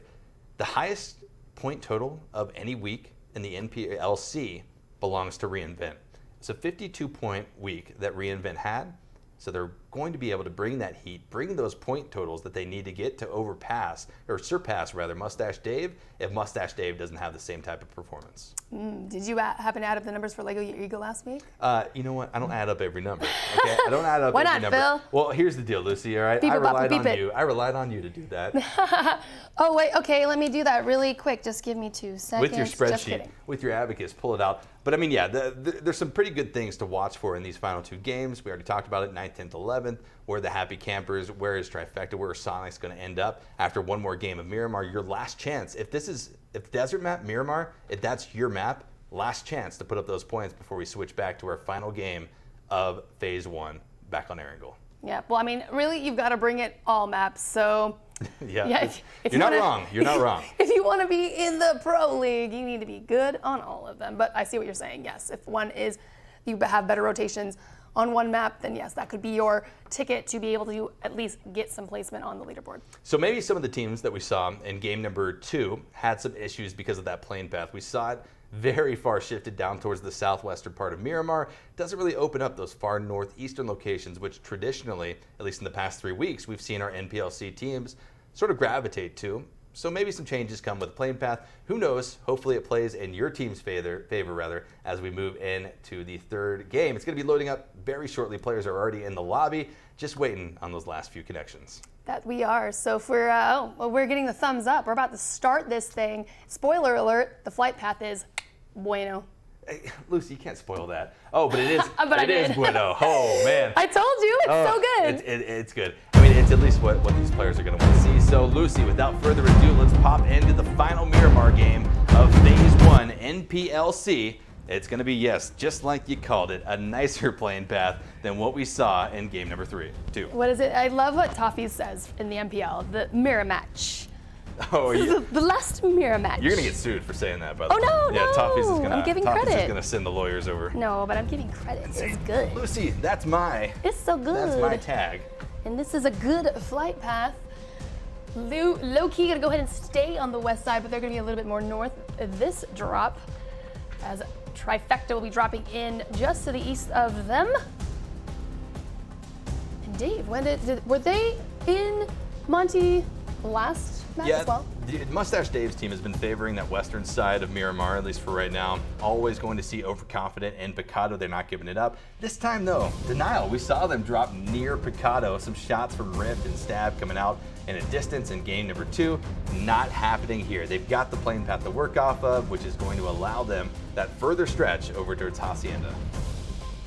Oh, we've already got shots, though. Elevate throwing down onto Denial. Trying to get those early kills. That's a lovely pickup, and SKS right off the cuff. Yeah, you're going to be pretty happy with that, especially if you're Tiggleton. Roll it around here. Phase 1 pops pretty much an identical circle just on the western side of the map this time, not the east. So our players getting a little bit of favor towards the west coast. Yeah, well, there is no coast on the west-hand side, so just the west side. West side. Well, I was going to do that, and I'm glad you did it. Not me. But yeah, there's just a little mountain there on the west side that is unplayable, and that'll probably be scooted out pretty shortly. But this is the tempo storm drop of Miramar. reInvent, I'm dubbing it right the tempo split here on Miramar. They always spread out. They're never going to be grouped up together. Although this is probably the most grouped that we have seen them on Miramar. If you remember our previous game, game number 2, Grizzly was all the way down here to the south. just kind of having to worry about these other squads in Los Leones in that rotation. Yeah, I guess they've been watching VODs and seeing where people tend to favor, and felt that this was a good stretch for them to be able to do safely, get looted up, get scouted out on what's going on around them, and make a decision on their rotation accordingly. Well, CeeLo going to be picking up some of that loot. You can already see how quickly these players can get looted under these new settings. I mean, he's already got about 90 rounds of the SKS, 7.62 rounds, but he also has 220 rounds of 5.56. I mean, he's good to go, Lucy. As far as things are considered, he could make that rotation with his team now and have the tools to win a game. And this is absolutely when you should probably start shifting into a new position with the zone, get that advantage on other players that are trying to rotate in. You don't want to be caught up with a bunch of teams at the same time, as we have already been witnessing. Trying to take on fights with evenly with another squad is pretty rare, as somebody will be able to third party you from a distance. Let go your ego, gonna scout out a little bit here. Smart play coming out from Zydus. He didn't know what was on the other side of this hill, but if you don't know, you might as well stop and try to scout it out. I actually don't think he has the optic to see far enough to spot out any of the members of Halo Clan Gaming starting to inch up towards his location. Duck a little bit off to the east, calling in Zodiac and Gunner just a little bit off to the north of that. But Rift will be crossing paths with Kaisuko. Kaisuko going to be hearing this vehicle passing him. Did not have the angles from the power grid location, a little bit too far up the hill for him to take those shots, but he can relay this information to his teammates because Rift keeps charging along that path and might be bombing onto this concrete compound just down the hill from the members of a Halo Clan. Well, and you see overconfident, the rest of his squad is coming in behind him. Halo Clan in a really good position. If you're Halo Clan right now, you're feeling really good, center of this zone, and able to get a good position on wherever this next shift occurs. Trevor coming up as well, trying to provide that support, and Rift not seeing anything that he liked off the bat. Going to be retreating off this. Smart move, again, not getting baited out by the three members of Halo Clan in that location, recognizing we are center circle. We might have other teams bombing onto our location. Let's get grouped up. Let's find that position before things go south. You see Low-Key in the northwest moving in. Well, I guess I was and you guys weren't. My apologies. Where is Low-Key? Now rotating in. They have the west side all to themselves. So they're going to be scouting out. Oh, actually, a couple of players from Low-Key are actually going to be driving in nearby to Mustache Dave. Yeah, pulling up on Mustache Dave. Reload going to be up top of the hill, looking down, spotting out Godspeed. And with the SLR shots, going to be disabling the vehicle. Again, not a huge impact onto Mustache Dave. Will be taking out one of their vehicles. Looks like they've got three others, but still, it's going to be throwing a wrench in their plans, a little bit of an obstacle in the further rotations that they're going to have to make. And Low-Key, if we know anything about Low-Key, they're going to decide to not take this head on at this moment. Blue zone starts to shrink in on phase number one. The critical point of the early game has already passed. If you haven't made these rotations in to these centralized positions, these favored positions, then, well, you might find a little bit of resistance if you try to make that path now. Patron from Zenith Esports going to be spotted out. Crew just continues to put out some pressure. I mean, Mystery is not in a position to really frag out and drop down players left and right, but he is in a position to put out pressure to force these teams off of his location, while the other teammates of Team Crew reunite with him, Vac, and the rest. Yeah, later coming in pretty late. Reinvent is going to be just to their east, so they might decide to take this ridge line and try to get some sight lines onto other players. Or this could be an engagement for Crew here to take on, or Reinvent perhaps will just keep moving north and try to get a little bit more center. So two of the members of Overconfident, Trevor and Stab, have now repositioned back up the hill of the members of Halo Clan Gaming down inside of that concrete compound. But in doing so and trying to get this information, they have been spotted out by a team across the hill in a 2-2 split of their own. Lego Your Ego, Zynite and Zydus down in the barn, and then up top on the hill, they've got third line.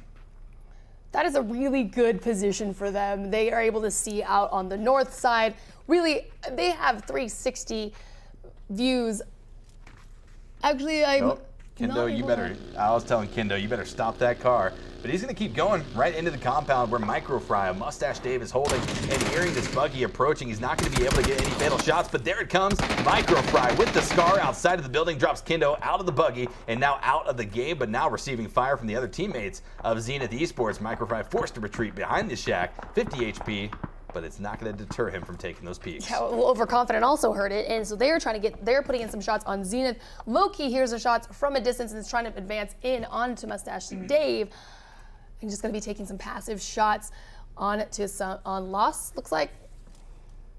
Yeah, he is going to be under fire just a little bit. Relo and Fignaldo popping off a few shots as our far rotations off of the far southeastern part of the map finally make their way. Sonics and Player One Esports will be the final entrance into phase number 1 here of game number 3 of week 4 in PLC. But at least in this late rotation, they're going to be pretty safe. Yeah, you see everyone condensed very central. This is, I believe, I don't know, Esquire, tell me if I'm wrong here. I haven't seen this yet. Yeah, it's the most, I think it's the for Contenders. Most centrally packed lobby first phase that we've seen. I think you're right, Lucy, in terms of the 4 weeks of Contenders that we have now seen played out. Tracer shots firing off in the distance, though, between Loki Gaming and Mustache Dave, but also between Overconfident and Lego Your Ego, spotted out from a distance. But hey, if there's anyone that can hit some of these shots, it will be Stab and Rift, 2 long-term staples in the competitive PUBG scene. Yeah, we've got Overconfident in a 2-2. We've got Reinvent just east of one pair of Overconfident, trying to find out where those shots are coming from. That Stab just laid out Rift, and his partner over there, being found by Halo Klein. And Denial, Disciple, taking some shots on GG Well Played as they are on their rotation north. Yeah, GGWP pretty much pushed off of this compound by 3 of the members of Denial. Probably a safe play for GGWP at this stage in the game. They need to at least rack up some points in whatever way possible, but passive play is not going to be the way there. Placement points alone not going to be the way there either. We're going to have to see some pretty big things out of GGWP in the final moments of phase 1. Yeah, Trifecta just to the west of GG Well Played. Looks like they're rotating very far away. GG Well Played, and Trifecta, I believe, was able to grab that drop that they were on.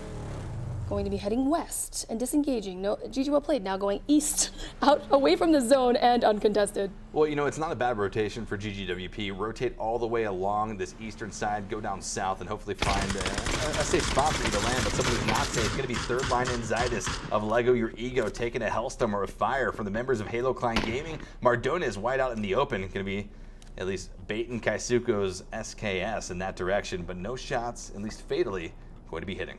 Smart for Lego Your Ego. They know what's going down. They're like, this isn't our first rodeo. They've took some of those shots. They're gonna go ahead and pull back. There's no real pressure to have to leave that compound or even take engagements they don't need. As I say, that Cyanite's gonna go ahead and roll out and perhaps try to scout out in an area, get a better angle on other players that are nearby, as Trifecta is going to be rolling down on them from the north. GGWP is literally taking the farthest rotation that they could be making. There are other rotation paths that bring them around to this far eastern side, but they're playing it safe. I mean, it's really showing that GGWP, although not really in contention to get out of a relegation spot at this stage in the game, they're trying to use this as a platform to make a statement saying, guys, we're capable of this, and you better be ready when you see us in that relegation tournament. Yeah, we keep mentioning, the bottom 5 going to relegation. Oh no, it literally, we could find these same 5 teams back in Contenders for next phase. It's not like they're never going to be in Contenders anymore. Or they we just can have find none of them back, you know? Well, that's what I was going to say. It's knows? just an opportunity. It's a moment where they're going to have to fight to stay is all. Yeah, it's a stressful moment. I've been talking to some of these guys, and they're like, man, we have to wait a few days to play after this, and pretty much the thought will just be lingering in our head because for the most part, these open teams that they're going to be facing off against, 11 of them to be exact, some of them are unknowns. Their strategies aren't pretty much developed, or people aren't aware of their strategies. It's going to be interesting to see how it plays out, especially if some of our, powerful teams in these relegation slots end up being relegated down to the tournament. Yes, absolutely. Now we see Trifecta finally making their way into the zone. Lego Your Ego just still holding down that side. They know Trifecta's over there. They're going to be trying to say, we're going to get some kills here on this one. You guys think you're going to be coming into the zone, but we would love to Lego Your Ego. Take your heads. I still want a sweatshirt with that logo on it. Mardones, Zydis, Zynite, third line. Make it happen. Fight, though, going to be popping off here as two of the members of Denial have pushed up on top of Elevate. Elevate still riding high on top of the global leaderboards. Don't want to miss out on a couple $1,000 because of some errant last few games of the phase, but they're facing off against a lot of pressure as Cloudtail continues to hold on to an elevated position, trying to get those lines of sight onto Godku, Tiggleton, Chubba, Bubba, and Pax. But here comes the Swarm. Denial trying to form a circle around this Elevate squad, but the third party comes in as well. Reinvent going to be spotting out Godku. Kill stolen away by Duck with the Mini 14 from Halo Clan Gaming. Halo Clan Gaming needs those kill points for sure. Denial making a great aggressive push down onto Elevate as once they got that knock. Now finding themselves in, it looks like what is a 4v, oh, it's a 4v3. And then Halo Clan, they're just gonna be like, I'm ready to take any of your knocks. Go right ahead. Oh, wow. There it is, Disciple going to be dropped down. One of the members of Elevate very quickly. Chubba Bubba goes down. Tiggleton goes down as well. And Pax and the entirety of Elevate is wiped out in last place. 15th position here in game number 3 of week 4. Not where Elevate wanted to be. That is definitely going to drop them out of maybe a top 4 position on the global leaderboards, Lucy. And Denial needing that win over that engagement. Goodness. And again, knocking out Elevate that is above them will only help them help pass them in one of these maps. Certainly, but Mustache Dave is still alive. Some of our teams to still watch, they're going to be still alive. Sonic's up and kicking. We also have the Happy Campers up and kicking as well. Trying to continue this lead on here through the final Miramar game of the phase. Yeah, I mean, you know, Halo Clan, the zone pop. So first Denial took out Elevate. Boom, that was necessary. Halo Clan disengaged from that whole scenario. Saw the pop in the new phase, gonna get positioned. Denial now unfortunately has to face off with Halo Clan, who is ready for them to make the move. So we'll see how that plays out here with Lampalot of Player One Esports as they're gonna hold down a pretty central compound. Sonic's nearby, as well as the 2 players of Crew holding their own 2-2 split. Here comes Denial though. Halo Clan Gaming stole some kills away from Denial, so they are aware of another enemy threat coming off of this northern position. They're going to be here in the cars very shortly as Gunner and the rest of the crew are fully alert now. They have heard the vehicles of Denial making their rotation, and Gunner will be repositioning, trying to get that elevated flank, trying to provide the overwatch for the other members of his team. Kaisuko and Zodiac pushing up, but the members of Denial will be going towards Kaisuko's position. Nade pressure going to be coming out, pushing the members of Denial back off of where Kaisuko is currently hiding because of a 4-man squad of Denial rolls up onto Kaisuko. They're going to be in a very poor position to defend off of this. Yeah, we've got Zodiac and Gunner. They're trying to get that flank on the northeast side of Denial. Not sure if they're going to be ready for this, as I don't see anybody really looking in their direction. This could be really helpful and beneficial for Halo Clan Gaming. They need these kills. They need to get out of the relegation position. Denial is definitely a team that they could help bring them up out of relegation and perhaps swapping places, maybe. Here it is though, blue zone on the backs of Denial. They're going to be forced into this zone one way or another, whether they like it or not. Cloudtail spotted out by Zodiac with the AKM spray coming out. No connections will be made. Very, very important for Zodiac to hit those shots right there. Try to do whatever they can to get the numbers advantage. A 4v4 continues to rage on between Halo Clan and Denial. Oh, now that the blue is moving, the new zone pump, it is terrible for Denial and Halo Clan. 2 members of Denial just dropped to the blue zone, Lucy. Yep. Disciple and Tetra both go down. A mixture of damage from Halo Clan, but the blue zone ultimately will be claiming these kills unless Halo Clan can finish off the knock. That's 2 points that Halo Clan really needed. Gunner getting that knock on Cloudtail. And Carbon is now the only man left, but Trifecta from the southwest also having sightline and is trying to benefit off some of this third-party action. So you can see where Carbon is currently hiding now, trying to avoid shots from Trifecta over here on the western side of things. But also over here to the northeast, it's going to be the members of Halo Clan that just decimated his team. Carbon says, I don't know where to go, so I'm just going to throw smokes in the middle of them. Hopefully I can find the next bowl, the next bit of defilade to prone behind. That was his last smoke. He's going to heal up here. The blue is hitting. It is going to tick so hard. He's going to be trying to trail on it. It looks like he's going to be coming in behind Halo Clan Gaming. CeeLo down, trying to heal up as they are in an engagement with Crew. Shots firing everywhere. Player One Esports also from out and around them. We just see Denial going down in 14th place, so Halo Clan will get that free move in. Reinvent, oh my gosh, is out at 13th. This is not the game they wanted to have right after that win. Reinvent was climbing the leaderboards. They had made so many moves into second position, a few points trailing behind Mustache Dave. But out they go, and well, Mustache Dave still has 4 members up. They're going to be seeing this in the kill feed. And now Mustache Dave, they got to play confidently. They got to play consistently. They don't have to do anything too crazy, and they might be able to continue to elevate that gap that they have in first place. That's literally what they exactly needed, was Reinvent to go out there so they can stop letting Reinvent get closer and closer to taking that #1 position. Trifecta trying to get their way into the zone, but Dave is going to see and wait for their progression into the zone.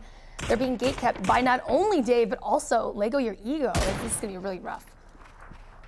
Los HD trying to prep those shots 4 times on the M416. Certainly a gun and optic to land shots at this range. There, it's going to be spotted out, but that pesky hill ends up blocking a few shots, but grenades are being prepped, trying to throw them down towards the shack, just trying to catch out any members of Trifecta that might be trying to utilize some of that hard cover. Nitrogen going to be the knockdown to kick off this battle. Godspeed with a nice frag grenade on top of the member of Trifecta, and possibly a push coming. Godspeed continues to spray down. M416 shots will be ringing true, putting out more and more pressure onto Filthy and Hades as Theris tries to get a different position around the far southwestern side. This is rough because not only are they fighting each other, and we keep talking about third parties, but this special third party guess would be the blue zone, as it's putting that pressure on their west side. Everyone having to make that shift over into sightlines of other players, also while taking each other down.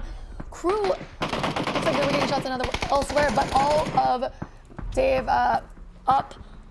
We've got a vehicle coming in by Caden. He's going to be able to get some cover there, move into a better position to get some sightlines on Trifecta. Mustache Dave going to be rotating down the hill, trying to avoid the blue zone, but now Trifecta dipping into the blue zone, trying to get a massive flank behind the backs of Mustache Dave. Los HD though, with present ready, spots out Filthy, but here comes Theris with the AKM shots, drops down Los immediately, a few HP left to his name. He's not going to have time to get that first aid off, and out goes Theris, out goes Trifecta in 11th place position, but not without a good effort trying to take down your first place team in the lobby. That was great. And then we've got the third party coming in from Low Key Gaming, who's already positioned in the next zone, waiting. They heard the shots go down the entire time, was able to get a kill on one Dave player.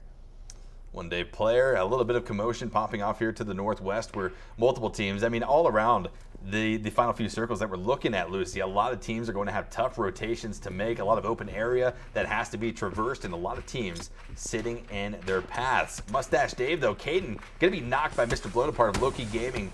Quickly going to be finishing that off. A nice flush with the SLR, kill points going over towards Low-Key, and now leaving Mustache Dave with just Microfry and Godspeed to try to do whatever they can not to go out this early. They need to get points, no matter how little the points or how big the points. They just need to rack up the points, because if they go out here in 10th place, all they have is kill points to their name. But hey, with 6 kill points, not too bad. That's actually really good. Those are good averages to go in with each round, but they're going to position into the sights of Lego Your Ego. Zydus drops down Godspeed immediately, Zydus rather, but they still have to worry about Microfry, who comes in, able to get a knock and a flush on the Zydus. One more kill point going over towards Mustache Dave, but Mardones comes up for Lego Your Ego, puts him down, and wipes out Mustache Dave in 10th place, so yes, no placement points, but they will be taking home 7 points for kills. More overconfident, rotating in Lego Your Ego, trying to throw in down some shots on that. Unfortunately, not able to really connect. It was kind of just a drive-by. Low-Key was trying to figure out what was going on with Lego Your Ego and Mustache Dave. Not able to find out what's going on, and Lego Your Ego is going to have that west side all to themselves. Bit of a spread now happening for most teams around the map, except for Lush from Zenith Esports. Waldo has him pinned down on the backside of this gas station. Blue zone on Lush's back and a deadly gun on his front side. He's going to be trying to hop in the vehicle, baits him out with a 200 IQ play, sending the vehicle ahead of him, trying to get the peak, unable to do so, but you applaud the effort.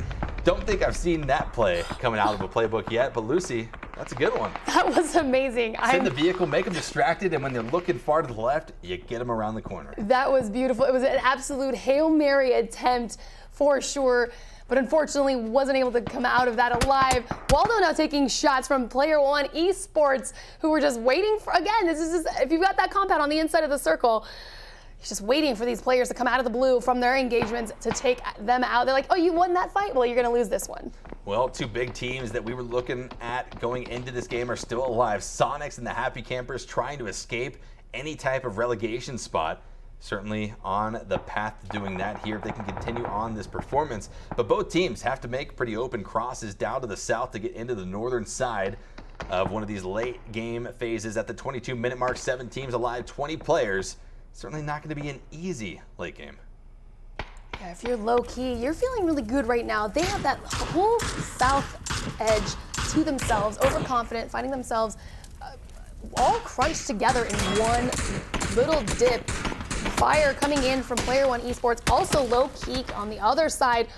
Rift goes down to Relo. Relo follows up with the confirmation on that kill. Lego Yurgo is going to be moving in on their west side, probably hearing these shots that Low-Key is putting down and deciding that they're going to take that fight and a couple extra points. Well, here comes Player One Esports as well. Some nicely placed grenades will be doing a ton of damage here to Overconfident. Right off on top of Trevor, he's going to get dropped down. Keenan inside of the shack, a solo player as a barrage of Hellfire comes his direction. Grenades exploding left and right. Where does Keenan go? Drop down to 40 HP. He's got to do something, but this is not it. Inside of the smoke, going to be spotted out, and down goes Keenan. The entirety of Overconfident swarmed by Player One Esports. That was it. Look, because of the tracers, it was just streamers. All of the utility coming through, like streamers and streamers. I was like, what am I watching right now?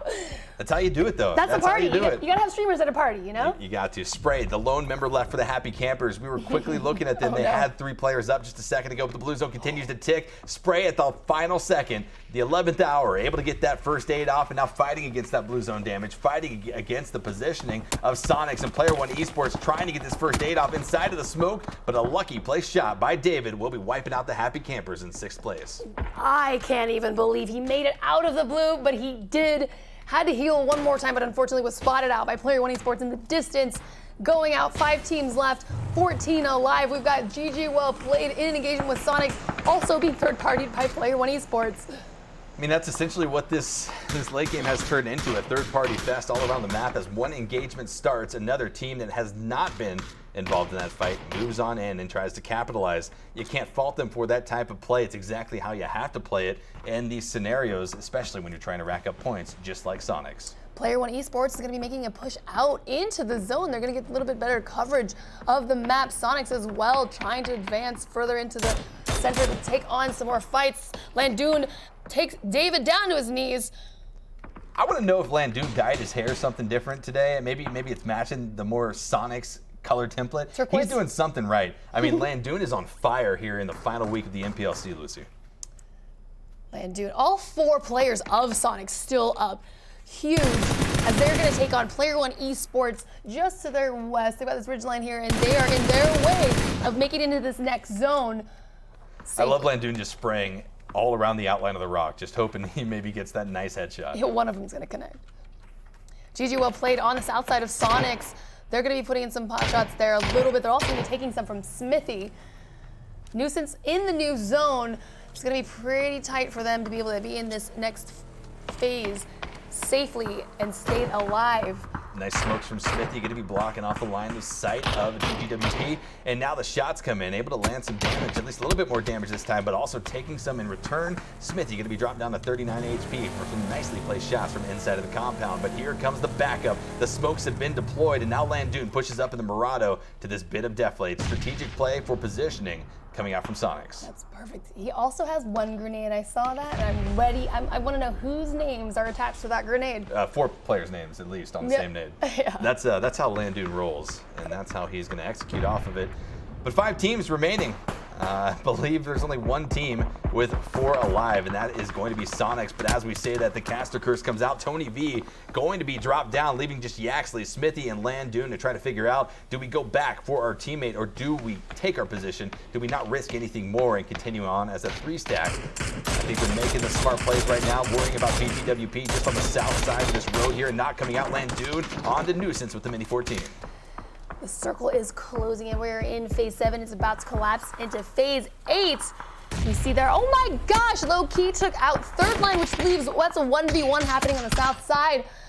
But Low-Key, ultimately, Mardona's coming out strong on top of there. Low-Key going out at 5th, leaving Mardona as a solo Lego Your Ego player alive to come in.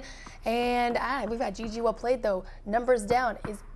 Mardona's going to go in for that Looks like he's going to opt to just kind of stay alive until we find out the next zone.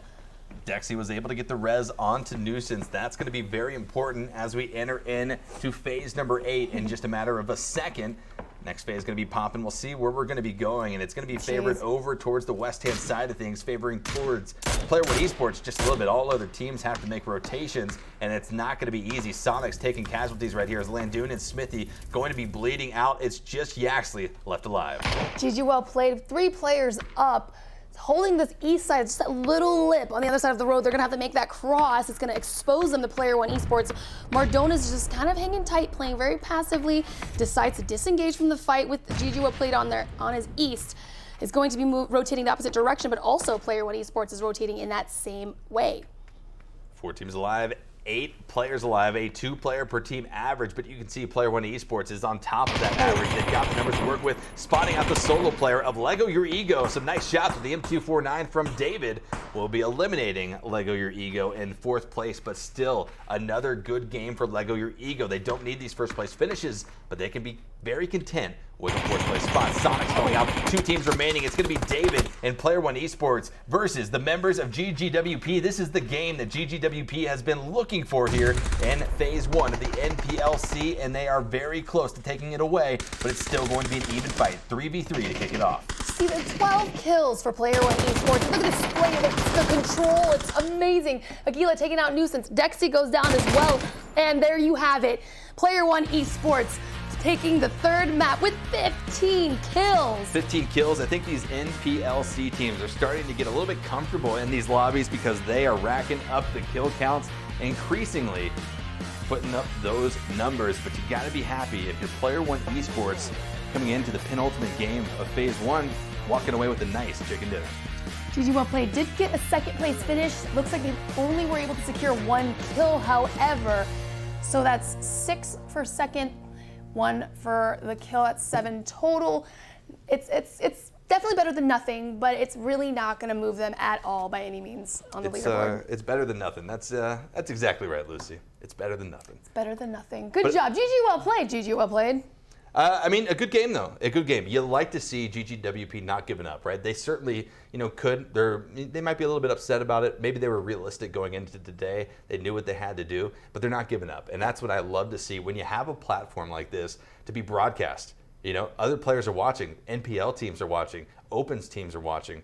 PEL teams are watching. Everyone's watching to see who's going to be coming up, trying to spot out maybe new talent, new teams to regard as a threat, things like that. So you use the platforms whenever you have them. The open teams are watching too. No, they are. This weekend, the relegation, starting then on Friday. We have Friday, Saturday, and Sunday. Well, I'll tell you this as well. These teams here from the Contenders, they were watching the open qualifiers this last week. So both teams, or I guess both gambits of it, really doing the research onto each other. I feel like the contender teams, however, probably have a more set in stone kind of strategy.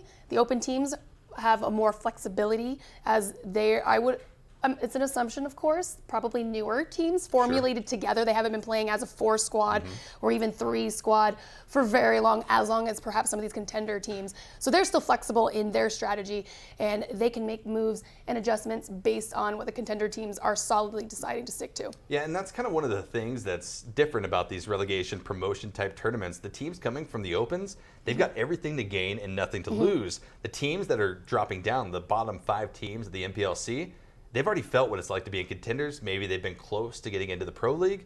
Emotions are going to be high for some of those teams, and they've got everything to lose now going into this relegation. Yeah, absolutely, because we talk about the path to Pro, and that is open to contenders, to NPL, the official Pro League. So you definitely don't want to, it's not going to feel nice and feel good to take a step back once you're in contenders, and now to be out back in the open qualifiers. Hopefully you want to make another attempt back. Yeah, I mean, if you drop out of contenders, you're not playing in any tournaments, right? You're waiting for the next open qualifiers to try to rank your way back up, and that's a lot of time. Lucy, a lot of things can change in a few months. Yeah, well, that's the time to practice and come up with new strats, bring on the coach, those new eyes you were talking about earlier. So, no, I mean, that's exactly right. Mustache Dave, though, having a pretty good game. Not a first place finish, right? But hey, we can't always hit those first place marks. All they have to do is continue to play consistent. And even more impactful in this game with that consistency from Mustache Dave was the fact that Reinvent went out very early. That helped them a lot for sure. That helped them to get that stretch again from first to second, because that was really close. 3 points, that's the closest gap we've seen the entire Contenders. Yeah, and they were pretty much the only teams fighting neck and neck for that first place position. So you got to wonder, we've got our admins over here calculating scores. They're probably smiling at us. They're like, oh, we know where reInvent's sitting, but they just haven't shown us that graphic yet. Give it to us. But it's going to be interesting, right? Because it sort of opens up that second place spot for maybe some teams that did a little bit better than reInvent, and basically pretty much every team did better than reInvent in this last game. So here it is, your scoreboard coming up for this game alone. What a takeaway for Player One Esports. Yeah, look at that. See, so Mustache Dave going out 10th, didn't get any placement points, but 7 kills. That really helps them to stay pretty steady. I'm still looking at 25 points.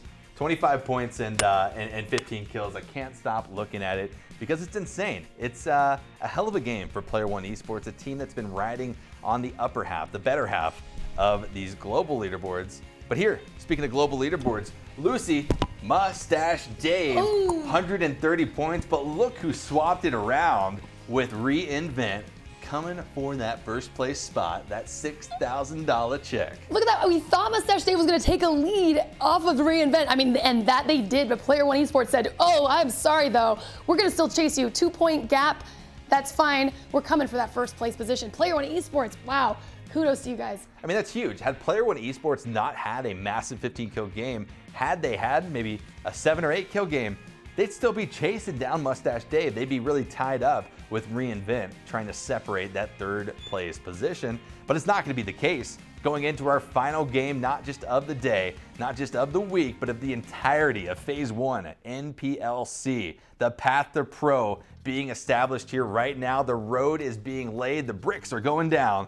And it looks like Mustache Dave and Player One Esports have a bit of a fight going into the final game. Because, hey, an extra $1,000 here or there can certainly mean a lot in terms of what you're going to be able to do in terms of your team support, or even going into Pro League. Maybe you get that nicer apartment. Maybe you get some cool swag for your computers. Maybe you even buy some jerseys if you're a team without an org. But that's a 2-point gap. I mean, it's crazy. It's crazy. I see our admins over here. They're pretty excited about how things are going to be going as well, because this is what you want to see in these types of tournaments. You want to see that first place spot in contention by several different teams. You don't want anything to be over. Although certainly it is exciting to see some teams end tournaments early on, like we did in the NPL. Tempo Storm, a team that just continuously gets recognition, not just from NPL casters, analysts, players, fans, but also down here at the NPL Contenders. You can't take anything away from an insane performance of Tempo Storm, but I mean, Lucy, it's close and it's exciting going into the final game. It absolutely is. Wasn't expecting that Player One Esports to creep up in their second spot and so close to first place as well. Yep. Yeah, I mean, it's cool. Let go your ego. They've advanced their position. They sort of fell down to 7th or 8th place after game number 2. Now they've sort of propelled themselves back up, and not many points separate them. If they can get some good kills, some good points, and see Team Crew, Elevate, or reInvent have another sort of mediocre game or an abysmal game, this might be Let Go Your Ego's just opportunity to steal some thousands and put them on to their own check. All right, we've been going nonstop. Wow, Phil, do you need a break? Yeah. Do you? I know. Stream. All right, we're literally doing this with no breaks. Yeah. Phil just allowed me to step away for half a second, and here you are still, and we have 2 seconds, 1 second. Oh, we're back. Oh, hey guys. Phil, the GOAT right here, everyone. Hype in chat. Not a literal goat, but GOAT. The GOAT. The GOAT. The hype man. The hype, oh, yeah. But no, guys, we got one more game coming up. We're switching it back to Erangel.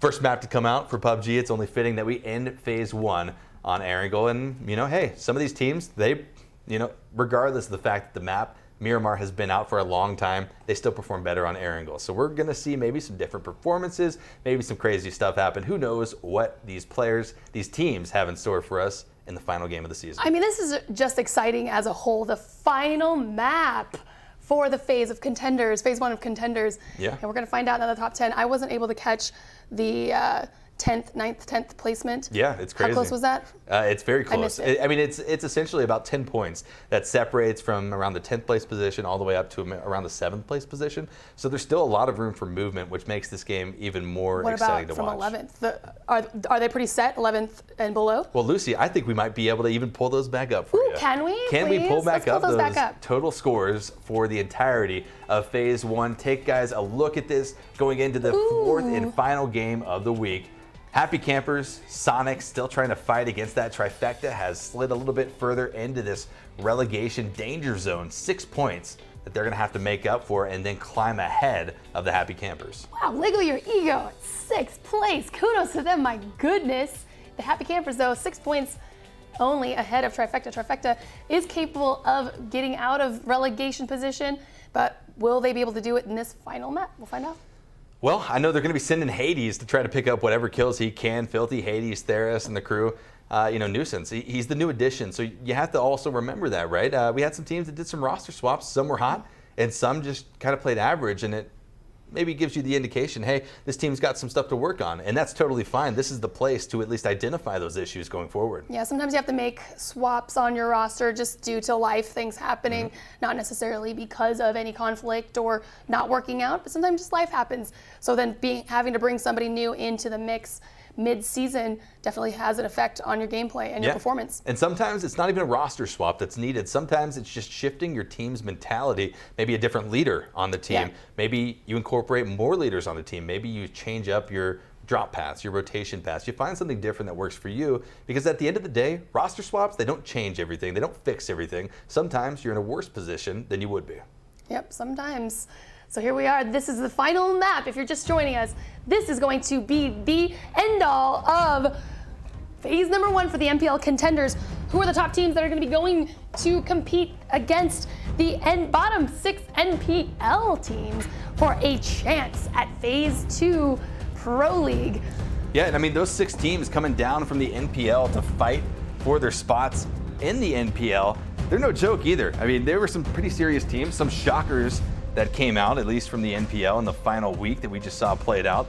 So it's going to be interesting. I think that's the biggest takeaway, Lucy. My favorite adjective, coming out to play a little bit. But I mean, that's exactly what it's going to be. It's pretty much a tale of how will these teams and contenders, the top 10 teams, a bit of a spread even between these 10 teams in terms of skill. How are they going to face off against the teams that have been playing in the NPL twice the amount of games under these new settings? Well, the good thing though is if anyone was able to catch, they did have the Battle Royale, or the NPL Royale, is what it was called.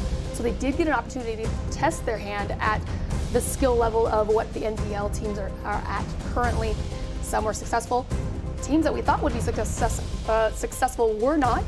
So very surprising. So we'll see everyone changing up their strategies and tightening it up, how they're going to fare in the NPL relegation coming up in the next weekend.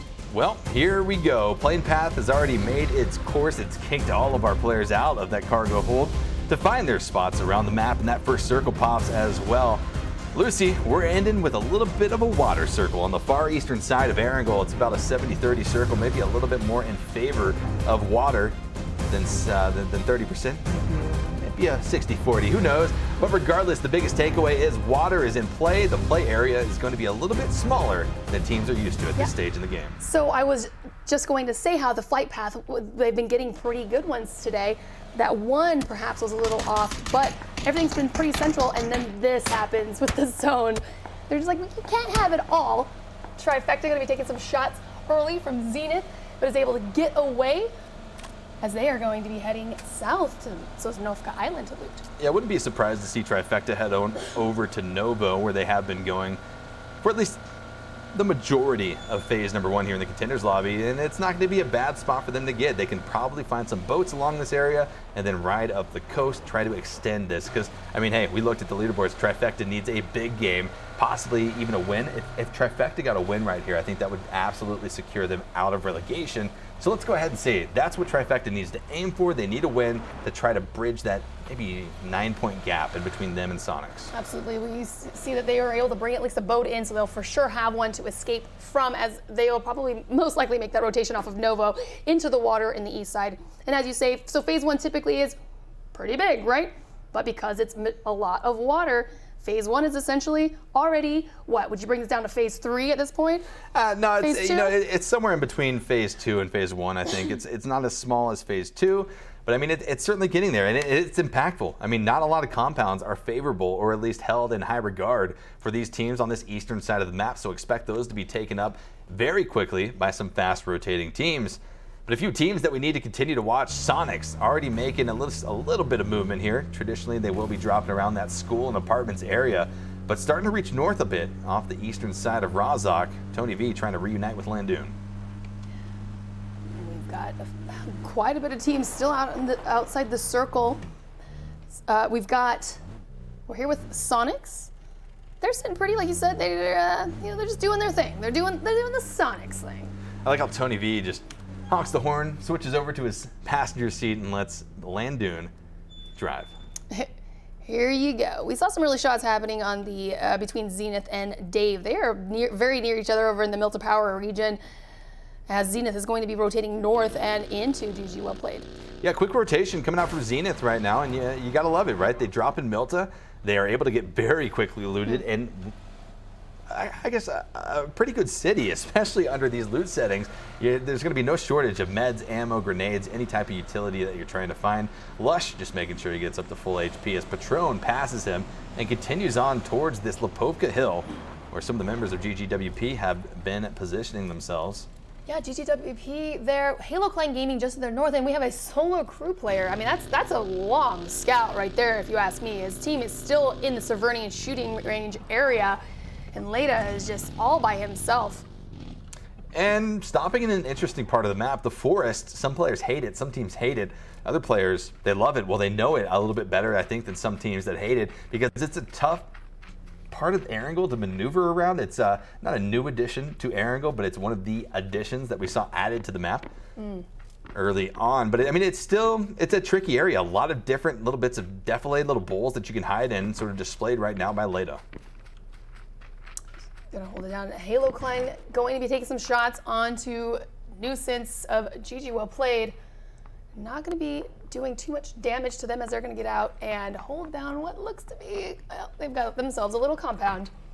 A little compound, but Elevate has now found themselves entwined with the members of Denial. Shots coming out on top of Tetra, trying to maneuver his way around in a Dacia, but smashing into a tree. Definitely not where he wants to be as more damage gets lined up on top of his body. 37 HP, trying to get away, but he's going to be T-boned, I think, by one of his teammates. Unfortunately, Denial runs into him. Carbon gets bounced out of the UAS. Disciple gets taken out of the UAS with the collision by his own hands as Elevate just continues to rip through the members of Denial. That's 2 kills for Elevate right out the gate. Tetra, Cloudtail of Denial are going to be split up at this moment as Elevate is going to be trying to put some fire down on Tetra, trying to find get that kill. I mean, Pax has spotted him. If he blows his vehicle up, it might be the end for Tetra. There's not a lot of room for him to maneuver back to avoid any of that damage, but fortunately, he was able to get to the tree right before the explosion kicked off. Well, you see, Tetra is just, Elevate is swarming Tetra, right? And Cloudtail is just in the south, heading in the opposite direction. Says, hey, Tetra, I have faith in you. You're going to 1v4 this. You win these.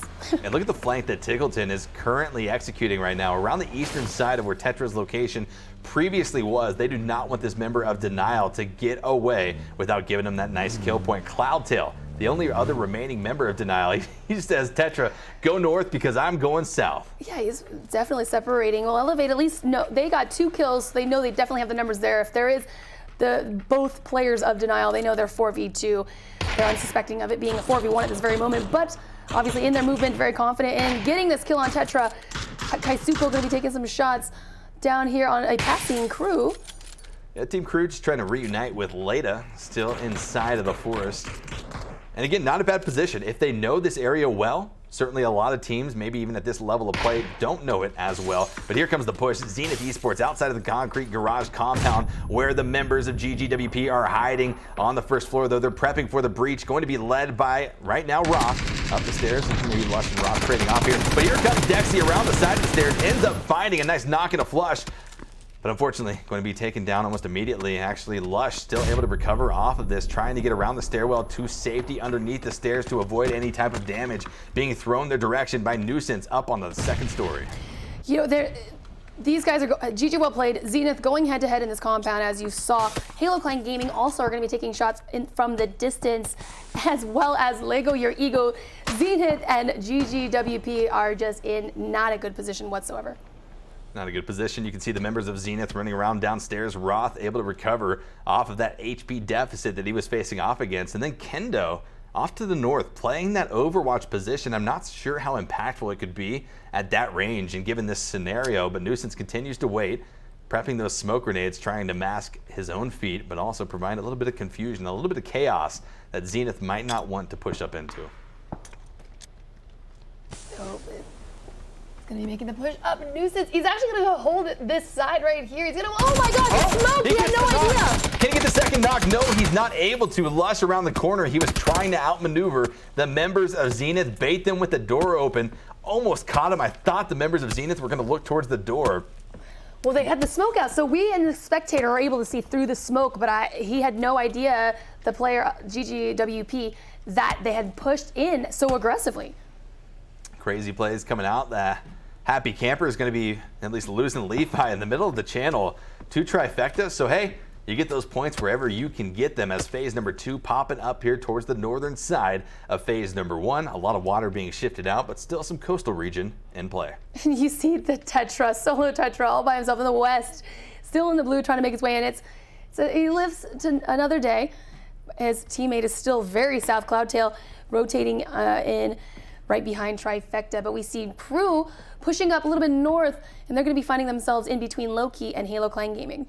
So a lot of teams jammed into the center of circle number 2, providing a lot of open room, at least on the northern side of things, where Overconfident is currently driving down into. Rift leading the charge of this caravan.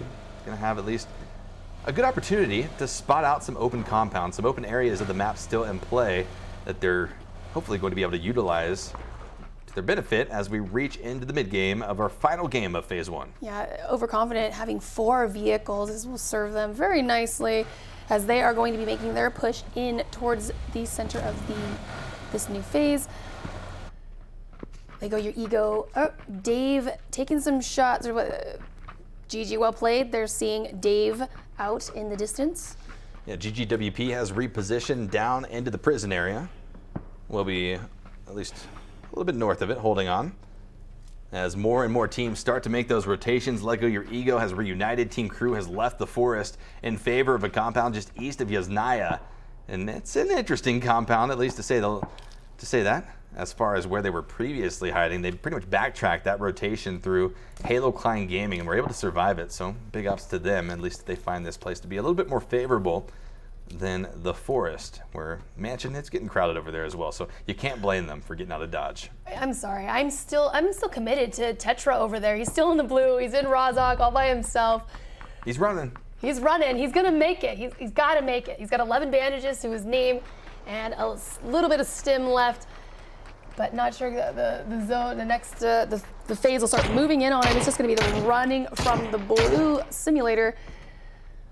Here with Mustache Dave, Caden going to be spotting out some players of Zenith in this compound, as Dave has really got a spread on this coastal region on the east side. Well, here's the thing. Dave currently in first place, but right on their tails is Player One Esports. And then just not too far behind them is Reinvent. So a lot of teams still in contention for these top few spots. And it goes to show because no teams have dropped out. Everyone playing this final game of phase 1 a little bit more strategically. I'm not going to say safe, but a little bit more strategically. No one wants to go out in those final few positions with so much to be earned by 1 or 2 kills here or there. Well, I'm concerned for Tanel here as we see Cloudtail now coming out of the blue finally on the east side, southeast side of this phase by Lipovka. Tetra, his only surviving teammate, on the complete opposite side of the zone. So the two of them finding each other will be quite the task that they have at hand. While Chichiwa Blade actually heard that vehicle, and actually Charity of the Happy Campers will be rotating by and taking away some attention there. Taking away some attention is exactly right, because he's also taken fire from GGWP, but Zenith will be lining up some shots very shortly as they continue on and hear this vehicle.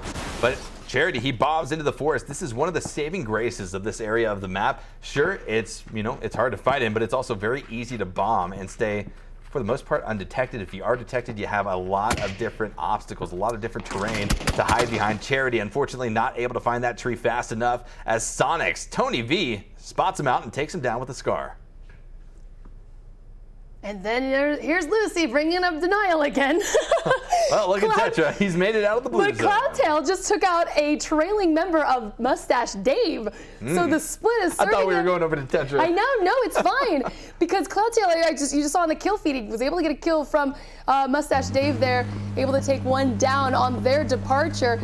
And Cloudtail's going to rotate back a little bit closer towards Tetra perhaps, but not before he encounters the full squad of Trifecta. Will Lego Your Ego trying to bomb in to Yasnaya, Poyana, third line of Mardones in the U.S. Able to safely at least get in there. Zydus comes in a little bit dangerously in the Dacia, but fortunately they do get all, I was about to say, fortunately they do get all three members inside. Zynite rolling up as well. Third line able to crawl inside. They've got the safety of the building to pick up the res, but Yasnaya getting crowded and crowded and crowded. If the circle shifts away from the north, Lucy, down to the south, there's going to be a mass exodus out of this large city here on Erangel. That's not going to be friendly to anyone. Yeah, you don't tend to really see teams wanting to hole up in Yasnaya as much unless it's literally almost down to the last final phases, because that, like you said, getting out of there, if this shifts off of Yasnaya, it becomes very difficult and you're on top of each other and your odds of going out are pretty high. It's a bit of a false sense of security, and that's what I call these compounds in the late game scenarios. You almost have to, in this type of setting, play in open terrain, maybe not play as Naya, I feel. Because, hey, it might give you great protection for right now, but in that scenario that you have to leave or it becomes more crowded, you want to have the room to work with. Yeah, because we mentioned earlier, a lot of the deaths happen on the rotations. So to set yourself up to fail by having to rotate out of Yasnaya is already not, a good start to that move. And we've got Mustache Dave coming. They made that wide rotation along the north counterclockwise. They're going to be coming in on the edge of the new zone. Tetra's going to be nearby. Tetra hearing the vehicles moving in. Not sure if they're going to be aware that there is a player just randomly on the west side. I think Tetra's inside of the yellow building over there, so he's not going to be spotting out Caden or any of Mustache Dave just yet. Zone shifts down to the south, going to be pretty much causing this exodus from Yasnaya, Poyana, and now Lego Your Ego. They were able to recover off of that, pick third line up, but have to fight through two different teams, Player One Esports and Low-Key Gaming, going to have them in a pinch position. And it's going to come down to what type of utility can Lego Your Ego employ here? What type of buildings can they hide in to try to outmaneuver the other teams that are most definitely looking their direction. Yeah. David already on the top floor of the apartments, certainly eyeing up. Yeah, it's interesting that they decided to just move straight south and versus perhaps backtracking a bit and kind of rotating a little bit wider. But they're going to go ahead and decide to collapse in together with Player One Esports and Low-Key on either side. As we see, this fight is going to explode. Grenades coming out, nicely placed through that third floor window, but quick reactions coming out from D-Treats, able to avoid that damage entirely by popping into a different room. Tetra, he sees that rotation finally coming out and playing as a solo player should. When you see a 4-player caravan rolling past you, just hide and wait until this area opens up and you can make hopefully a safer rotation inside of one of our late game circles. But it's not going to be easy for Mustache Dave because Lucy, they've got to make an entry. It's either in between Trifecta, Overconfident, and Elevate, or it's right through Overconfident. Yeah, Overconfident hearing the vehicles rolling up. Rift's going to be putting down some shots down Godspeed and Microfry Stab. Also going to be focusing fire on them. Caden trailing in from behind. Looks like they might be able to get away. I'm not sure. Still not going to be in the zone, though. It's going to be forcing them right into Trifecta. And then now they've got the blue on the other side that's going to be progressing here very shortly. And here they come, Trifecta being pulled back. You can see the arrows of these players turning back around as Godspeed leads this caravan dangerously into the compound where two of the members of Trifecta are holding. Shots continue to come out wherever Mustache Dave's team rolls through. And Hades actually spots out Cloudtail. The two solo players from Denial that had split up across the map trying to be insurance policies for one another have lost at least one of those policies. One left, and who would have thought it's going to be Tetra as the kill feed lights up. Kaisuko going to be knocking down his teammate Duck, and at the same time Zodiac from Halo Klein gets bombed with a grenade from Team Crew's back. Yeah, Halo Klein rotated in right to Team Crew. Low-Key from the distance, third partying on this, putting in a lot of pressure as Halo Klein is going to have to be scrambling to try to make it into this next well, they were able to find themselves a home, it seems. We've got one down, 2 knocked. 2 knocks. Kaisuko and Gunnar go for the reses because Team Crew backed off of this. Vac did not aggress on that crazy play that he was able to make, and it gave that window of opportunity back over to Halo Klein to reset and possibly re-engage. But one team that's not even had the ability to reset is Mustache Dave, getting pinched in between a 2-2 split of the Sonics, who are swarming around the members of this Mustache team. So Landoon and Smithy of Sonics holding a really great angle from that house that they've got. They've got walls surrounding them as well, while Tony V and Yaxley are going to go out and try to pinch down and put that pressure on Caden and the remaining members of Team Mustache Dave. This fight is going on back and forth. Great, definitely, but nades are going to be coming out. Nades continue to go out, but unfortunately the Sonics do not have the arm strength that is necessary to throw it pretty much 100 meters, insane throw distance, but not for a lack of trying. They had the position of Mustache Dave pretty much pinned down, but it all comes down to how can the Sonics play this out? Will they be able to come up on top of one of the more powerful teams in this lobby and make a statement in the final game of the NPLC? Well, good for them. The circle has popped and it favors them. Nobody's going to have to be making any crazy rotations on this, but Overconfident is coming in just the north of Trifecta, going to be pulling away some of that pressure for Mustache Dave, now leaving it just to Sonics. Trifecta focusing on Overconfident. Stab, taking some shots from Elevate on their drive-by. Pretty much getting bombed in by Trevor right now as the rest of Overconfident sets up on the hill, but here comes the swarm from Trifecta. Nitrogen and Filthy working in tandem, trying to get out a lot of pressure onto the members of Overconfident. Nade going to be bouncing, missing its mark, but certainly applying some much needed pressure, putting Overconfident on their heels instead of on their toes, pushing into the members of Trifecta. Filthy though, there it is, the nade comes out. Keenan gonna be dropped down with a nice frag. Player One Esports goes out in 13th too, Lucy. That's huge. Reinvent, Mustache Dave still in the lobby, still trying to rack up those points. Reinvent is in a position to possibly take down second or even first. The last player, Player One Esports, taken down by guess who? The solo player of Tetra. Oh boy. However, unfortunately, was spotted out and got denial, went out as well, right behind them at 12th. Lego Your Ego, the solo player of Mardones, will be left alone there as they're rotating in. Here we are with Filthy versus, where are we at here? Oh, Overconfident squad. Oh, and Elevate. Yeah, Elevate came in, tried to pinch Overconfident, quickly retreated off of it because I don't think they wanted to take a 2-team engagement. Smart move, given that they had some pretty free kills in front of them. You have to applaud their exercise and patience right there, as now Reinvent getting lit up by Zenith Esports. This is not what Reinvent wanted. It's essentially lining up for Reinvent to take down second or first place, but not if they go out to Zenith here. Grizzly gonna be knocked down. Patron continues to rain down grenades, trying to find that area damage, and you throw enough of them and you're gonna be finding it as Overconfident goes out in 11th place, but still, members going to be alive for Reinvent. CeeLo and Steezy BB, the insurance policies for this team. Lego Your Ego goes out in 10th place. Teams are dropping like flies, Lucy, and it's a product of how many teams are playing Edge, forced into these smaller and smaller circles that have essentially centered up on one another. Well, those are all our teams that we were talking about that were posturing up in Yaz for a while, and they've now had to condense them down together to have that make that rotation alongside each other, and they did not weren't able to separate enough, and everyone just collapsed and went down all at once. This is the critical point for Trifecta. They made it into at least placement point territory. They've got 5 kills to their name, but with these points alone, it won't give them enough to jump that gap. They've got to continue on here. They need at least a top 5 and maybe a few more kills to be absolutely secure, not getting relegated, but they're not there yet. Still, around that 22-minute mark, 8 teams left in the lobby, and the only team with a position inside of the circle is going to be, well, not even a full team. It's a 2-2 split of Sonics.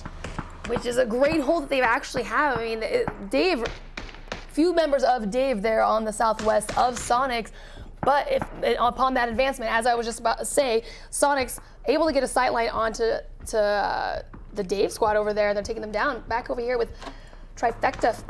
All 4 up, but Hades with 2 knocks. Hades has 2 knocks on the Elevate. Chubba Bubba going to be going down. I believe That's going to be Godku as well, bleeding out. The 2-2 split of Elevate getting absolutely destroyed here as Tiggleton and Pax are not able to retreat back to their fallen teammates to provide that support. Now, Trifecta, they've got the advantage. They've got to swarm because they need these points. They need them desperately as Theris engages another team. Team Cruz Mystery going to be dropped down to the mini 14 shots of Theris. Trifecta is executing off of this. This is what they needed to do. They had their coach, their manager probably telling them, keep going, don't stop in this situation. Yeah, Elevate in a very bad spot. This is an open field as we're witnessing right here. Elevate, Pax and Tiggleton. So only players left alive for Elevate. Trifecta, 4 raining down fire as they're also, Elevate's going to take some shots from Crew as well. Theris going to be trying to line up some shots. Spots out Tiggleton, lands one connection, but forces Tiggleton behind the hay bale. Not able to get any more lines of sight, but they will be holding him down. It's going to be incredibly hard for any of the members of Elevate to make it into this circle. Tiggleton only a few meters away, but those few meters must feel like 100, given the pressure being applied from the south. Oh, yeah, Trifecta has a really good stronghold on Elevate, and Crew is waiting on the other side. This is not looking good for Elevate. I really don't see any way that they're going to be able to make it out of this alive. Reinvent going to be spotted out. CeeLo spotted by Theris. Out goes Reinvent. Out goes Player One Esports. Mustache Dave, I believe, still alive. Down here to the south, that has pretty much secured them first place. They have to love seeing both of those teams be eliminated. Now it comes down to Lucy for the most part. Will our teams be able to escape relegation? And with Nitrogen, Scar Shots onto Tiggleton, they will be wiping out Elevate, picking up their 8th kill of the game. 6 teams remaining, but Trifecta continues on. Filthy on now to Halo Klein Gaming, Zodiac. Trifecta wiped out Elevate, and now they're advancing on the 2 remaining players of Crew, which are standing in the way just across the street. We've got all 4 players of Zenith up and in the new zone, as well as Sonics, who has sights, or at least they're waiting for the 2 remaining players of Mustache Dave to expose themselves so they can go ahead and take those 2 points, as they're assuming that they're about to do. Dude, where's that nade? What's better in the late game than a free crate? Nothing. That's the answer. It's absolutely nothing. MK14 and level 3 kit. Going to be going over to Nitrogen as Hades continues to frag out. That going down now. If you're the Happy Campers, if you went out early as the Happy Campers and you see Trifecta on this rampage, Trifecta is a team that can put the Happy Campers into relegation. They were sitting pretty safe before this game, or at least they didn't have to worry too much, but Trifecta, the stars have aligned, and they are doing exactly what they need to do. 5th place at least guaranteed, 10 kills to their name as they continue on. Zenith, though, 4 up, Mustache Dave, 2 up, trying to do something down here from the southern side. Microfry taking some shots from Smithy of Sonics. Going to try to heal before this blue hits because it's phase 7, and this is going to hurt real bad. He needs to move fast. Godspeed going down to the zone, now leaving Microfry to survive this front, and unfortunately is not able to, as Smithy gets that final kill on Mustache Dave, going out at 5th. Even more impactful for Trifecta. Every team that drops out, their points accumulated this round continue to climb, and they've got a pretty dominant hold on the northwestern side of the circle. But Sonics just to the south of them in a 3-1 formation. Smithy out in the lead, trying to protect his team, trying to get some information as Theris continues to frag out. Many 14 shots on the Zodiac. Lucy, I can't get away from these Trifecta guys because every time we swap, they continue to put out the damage. The game that we talked about them needing, they're surpassing that right now. This is it right now. They're happening. They knocked Zodiac, so they were going for the push on Halo Klein Gaming there, but Zenith heard those shots coming in. They're suppressing Trifecta, so essentially saving Duck of Halo Klein Gaming, the solo member left. Trifecta is going to decide to pull back off of this, reposition themselves as Kendo of Zenith is going to be laying down fire and pushing them back further and further. You never want to allow for any outliers to come in and take away the awesome game that you have played. Trifecta cannot give up. They have to try to get as many points as possible so that nothing is left to chance. In terms of the leaderboard, Trifecta going to be spotted out, though. You can see the shots that Yaxley from Sonics has on top of Theris, putting out a lot of damage, but now they've got to worry about, well, Smithy. That lead position in this 3-1 split has been spotted out by Zenith and taken down. So far split off, pretty much reliant on him not getting taken down because Smithy is a strong player. That's why they play the formation that way, but unfortunately it has backfired. Sonics left with 3 alive, having to face off against 3 other teams. Yeah, Zenith is actually going to decide to hit that 2-2 split right now as the south 2 are going to be watching on Sonics. The top 2 are going to be watching the push by the remaining player of Halo Klein Gaming, waiting to see what they're going to do. Trifecta trying to make their way into the new zone, but is being spotted out by Sonics. Trifecta laid down smokes before making that push, which ended up being a fairly smart play given the fact that, yes, Sonics did have great lines of sight on top of them, and especially with Landun looking down the barrel. It's not who you want aiming at you. Duck, though, the remaining member from Halo Clan, having a great game for their own, at least pushing it into this far into the game. Guaranteed 4th place, not a lot of kill points to add to it, but he will be spotted. Theris once again picks up a nice kill on the Halo Clan, but Trifecta starting to at least feel the hurt, the pressure, whittling away at their war of attrition that they've been fighting against in pretty much the entirety of the late game. Filthy, the res has come off. Nitrogen, rather, with that level 3 kit, trying to push off of this position, trying to get some cover along with Hades. Sonics tossing those long nades from the south side over to Trifecta, trying to get some damage onto them while they're trying to scramble to get their teammates back and up and running. Zenith going to be holding in their sightlines as well. Nitrogen, I don't think Kendo sees him on that side. He has no idea. Oh, he's creeping up. He's going to be backing down in the prone position. Keep in mind, Nitrogen has that MK14 as well, but he's prepped and ready to spray down 3 times. Scar, those 5.56 rounds will be putting out the hurt. You know, 3 times, that's one of the more favored optics to utilize when spraying with an AR, so he's certainly prepped and ready to go. But now Sonics and Zenith are colliding. Maybe the perfect storm for Trifecta to walk away with a nice win if they can third party onto this, but Kendo is not released from that northern position. Phase number 9 in full effect, and it is collapsing on itself. The game will be over one way or another in a matter of 2 minutes and 20 seconds, but who's going to come up victorious? 3 teams remaining. 3 teams, 11 alive in phase 9. Esquire, what is going on?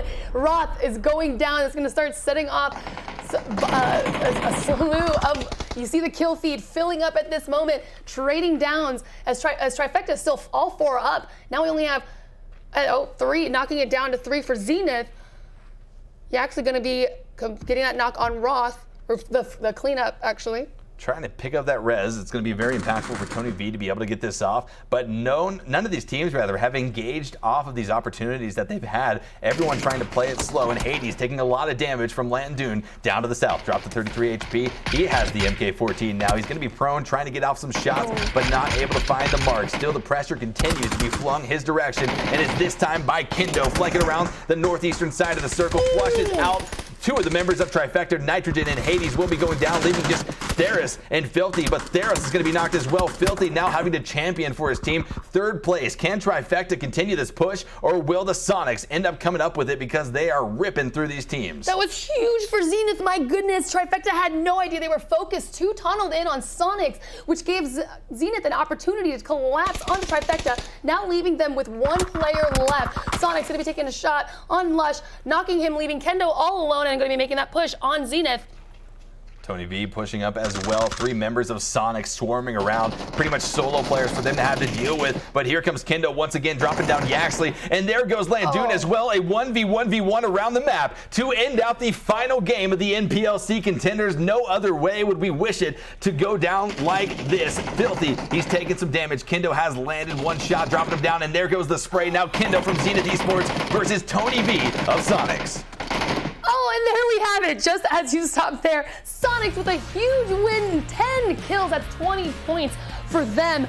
Congratulations, as this is the closeout of phase 1 for the NPL Contenders. What an exciting ending. Zenith having to be excited for themselves as well, as they netted themselves 9 kills and a 2nd place finish. Yeah, there are going to be some massive shifts on the leaderboards after that game. Some very big performances by teams who are trying to fight for a better position, trying to escape that relegation. And Lucy, I'm actually incredibly eager to see these leaderboards because it's going to be nuts. I am too. And what's wonderful, more wonderful than the anticipation, it's the little anticipation, because our producers are great and they're just really quick on that. We're going to get that very shortly.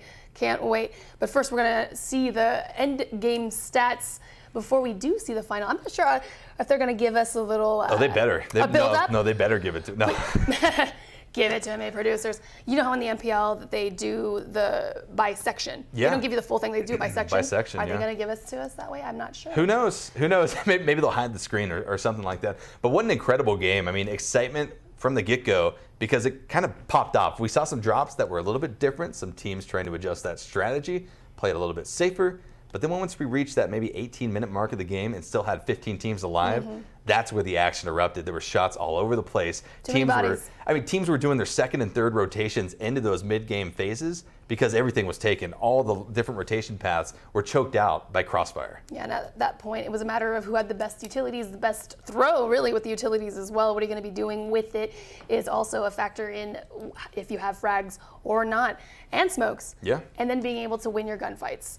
So we saw a lot of that happening, especially with that push that we kept speaking about with everyone coming out of Yasnaya and having to go out in the open field. And what an impact at the final moments of that game that Zenith played on Trifecta. I mean, Kendo. And I say Zenith, but I just mean Kendo, because he was able to wipe out pretty much the entirety of Trifecta. He took down Hades, he took down, I believe, Nitrogen, and then it was just Filthy left up there, and a minute in between those kills, but Kendo wraps back around, spots out Filthy, and almost had that first place finish. But Tony V and the Sonics, man, did they come out swinging. They definitely needed that as well, because they were sitting at currently, they were in relegation. This could have been the game that they needed to get them out. Yeah, I think Sonics and the Happy Campers were maybe sitting around, I want to say 10th and 9th, maybe 9th and 10th or 10th and 11th, definitely on the cusp. Yeah. And that's why it's so crazy that Trifecta had such a big game, but so did the Sonics, and the Happy Campers didn't.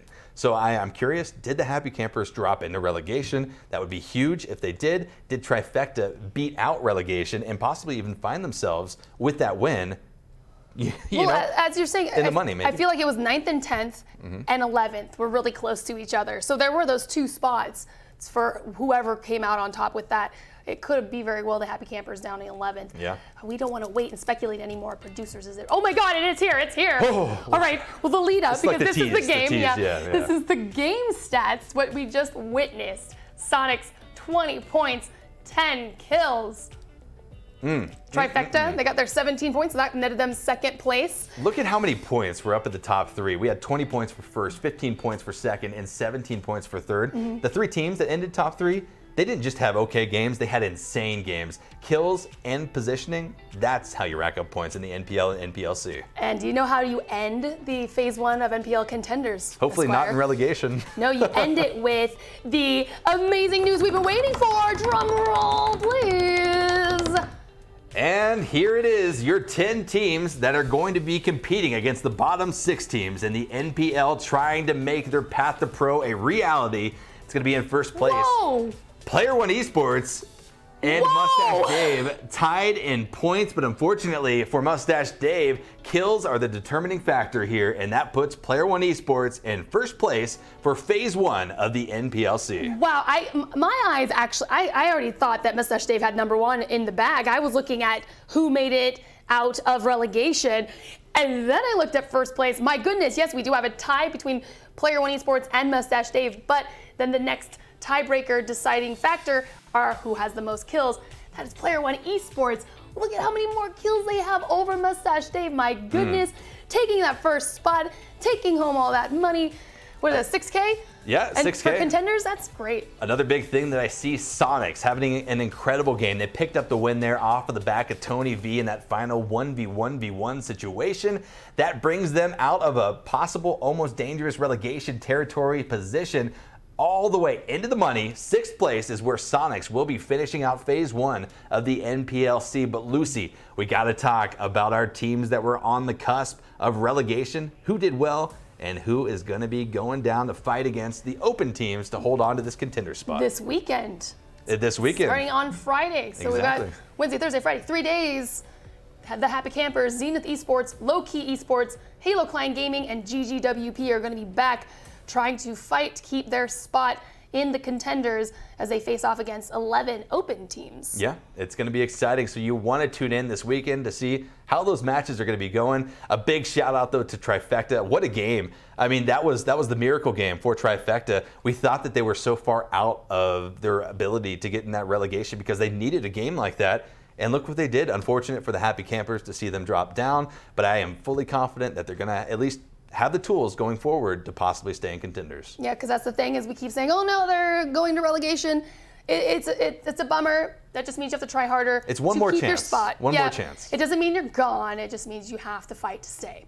So, with that said, I believe we can wrap that up. Phase 1 in the books. Oh my goodness. I feel like we did first week with a high five. We need to end it with a high five. Bam. There it is. Done. It's been done. You guys have been fantastic.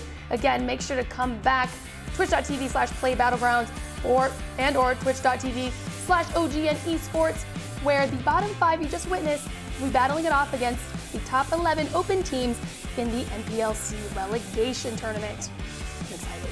I'm excited as well. So it's thrilling. It's going to be thrilling. It's going to be interesting or something. But make sure to tune in, guys. Follow OGN Esports. Follow PUBG Esports on Twitter. And we hope to see you there. Lucy May and myself will be casting the Open Qualifiers promotion, or, depending on which side you're on, the Contenders relegation. Yeah, absolutely. 5 p.m. this Friday. But of course, don't forget to come back tomorrow for head-to-head, where me and Degon will be hanging out, playing some games with you all, the community, with a couple of the guys from STK, hey, the Iron Man of NPL. All leaks here. Lucy May on the desk. But yeah, that is going to be cool. STK have had a pretty good performance. I said pretty good. Tease, you got to come back. A crazy performance. But yeah, no, make sure to check out Head to Head tomorrow, as well as NPL Insider every other Saturday at 1 p.m. Pacific. Yep, really exciting things. So you guys have been fabulous. I've been Lisa Malambry, aka Lucy May. And this has been Phil Esquire Stewart.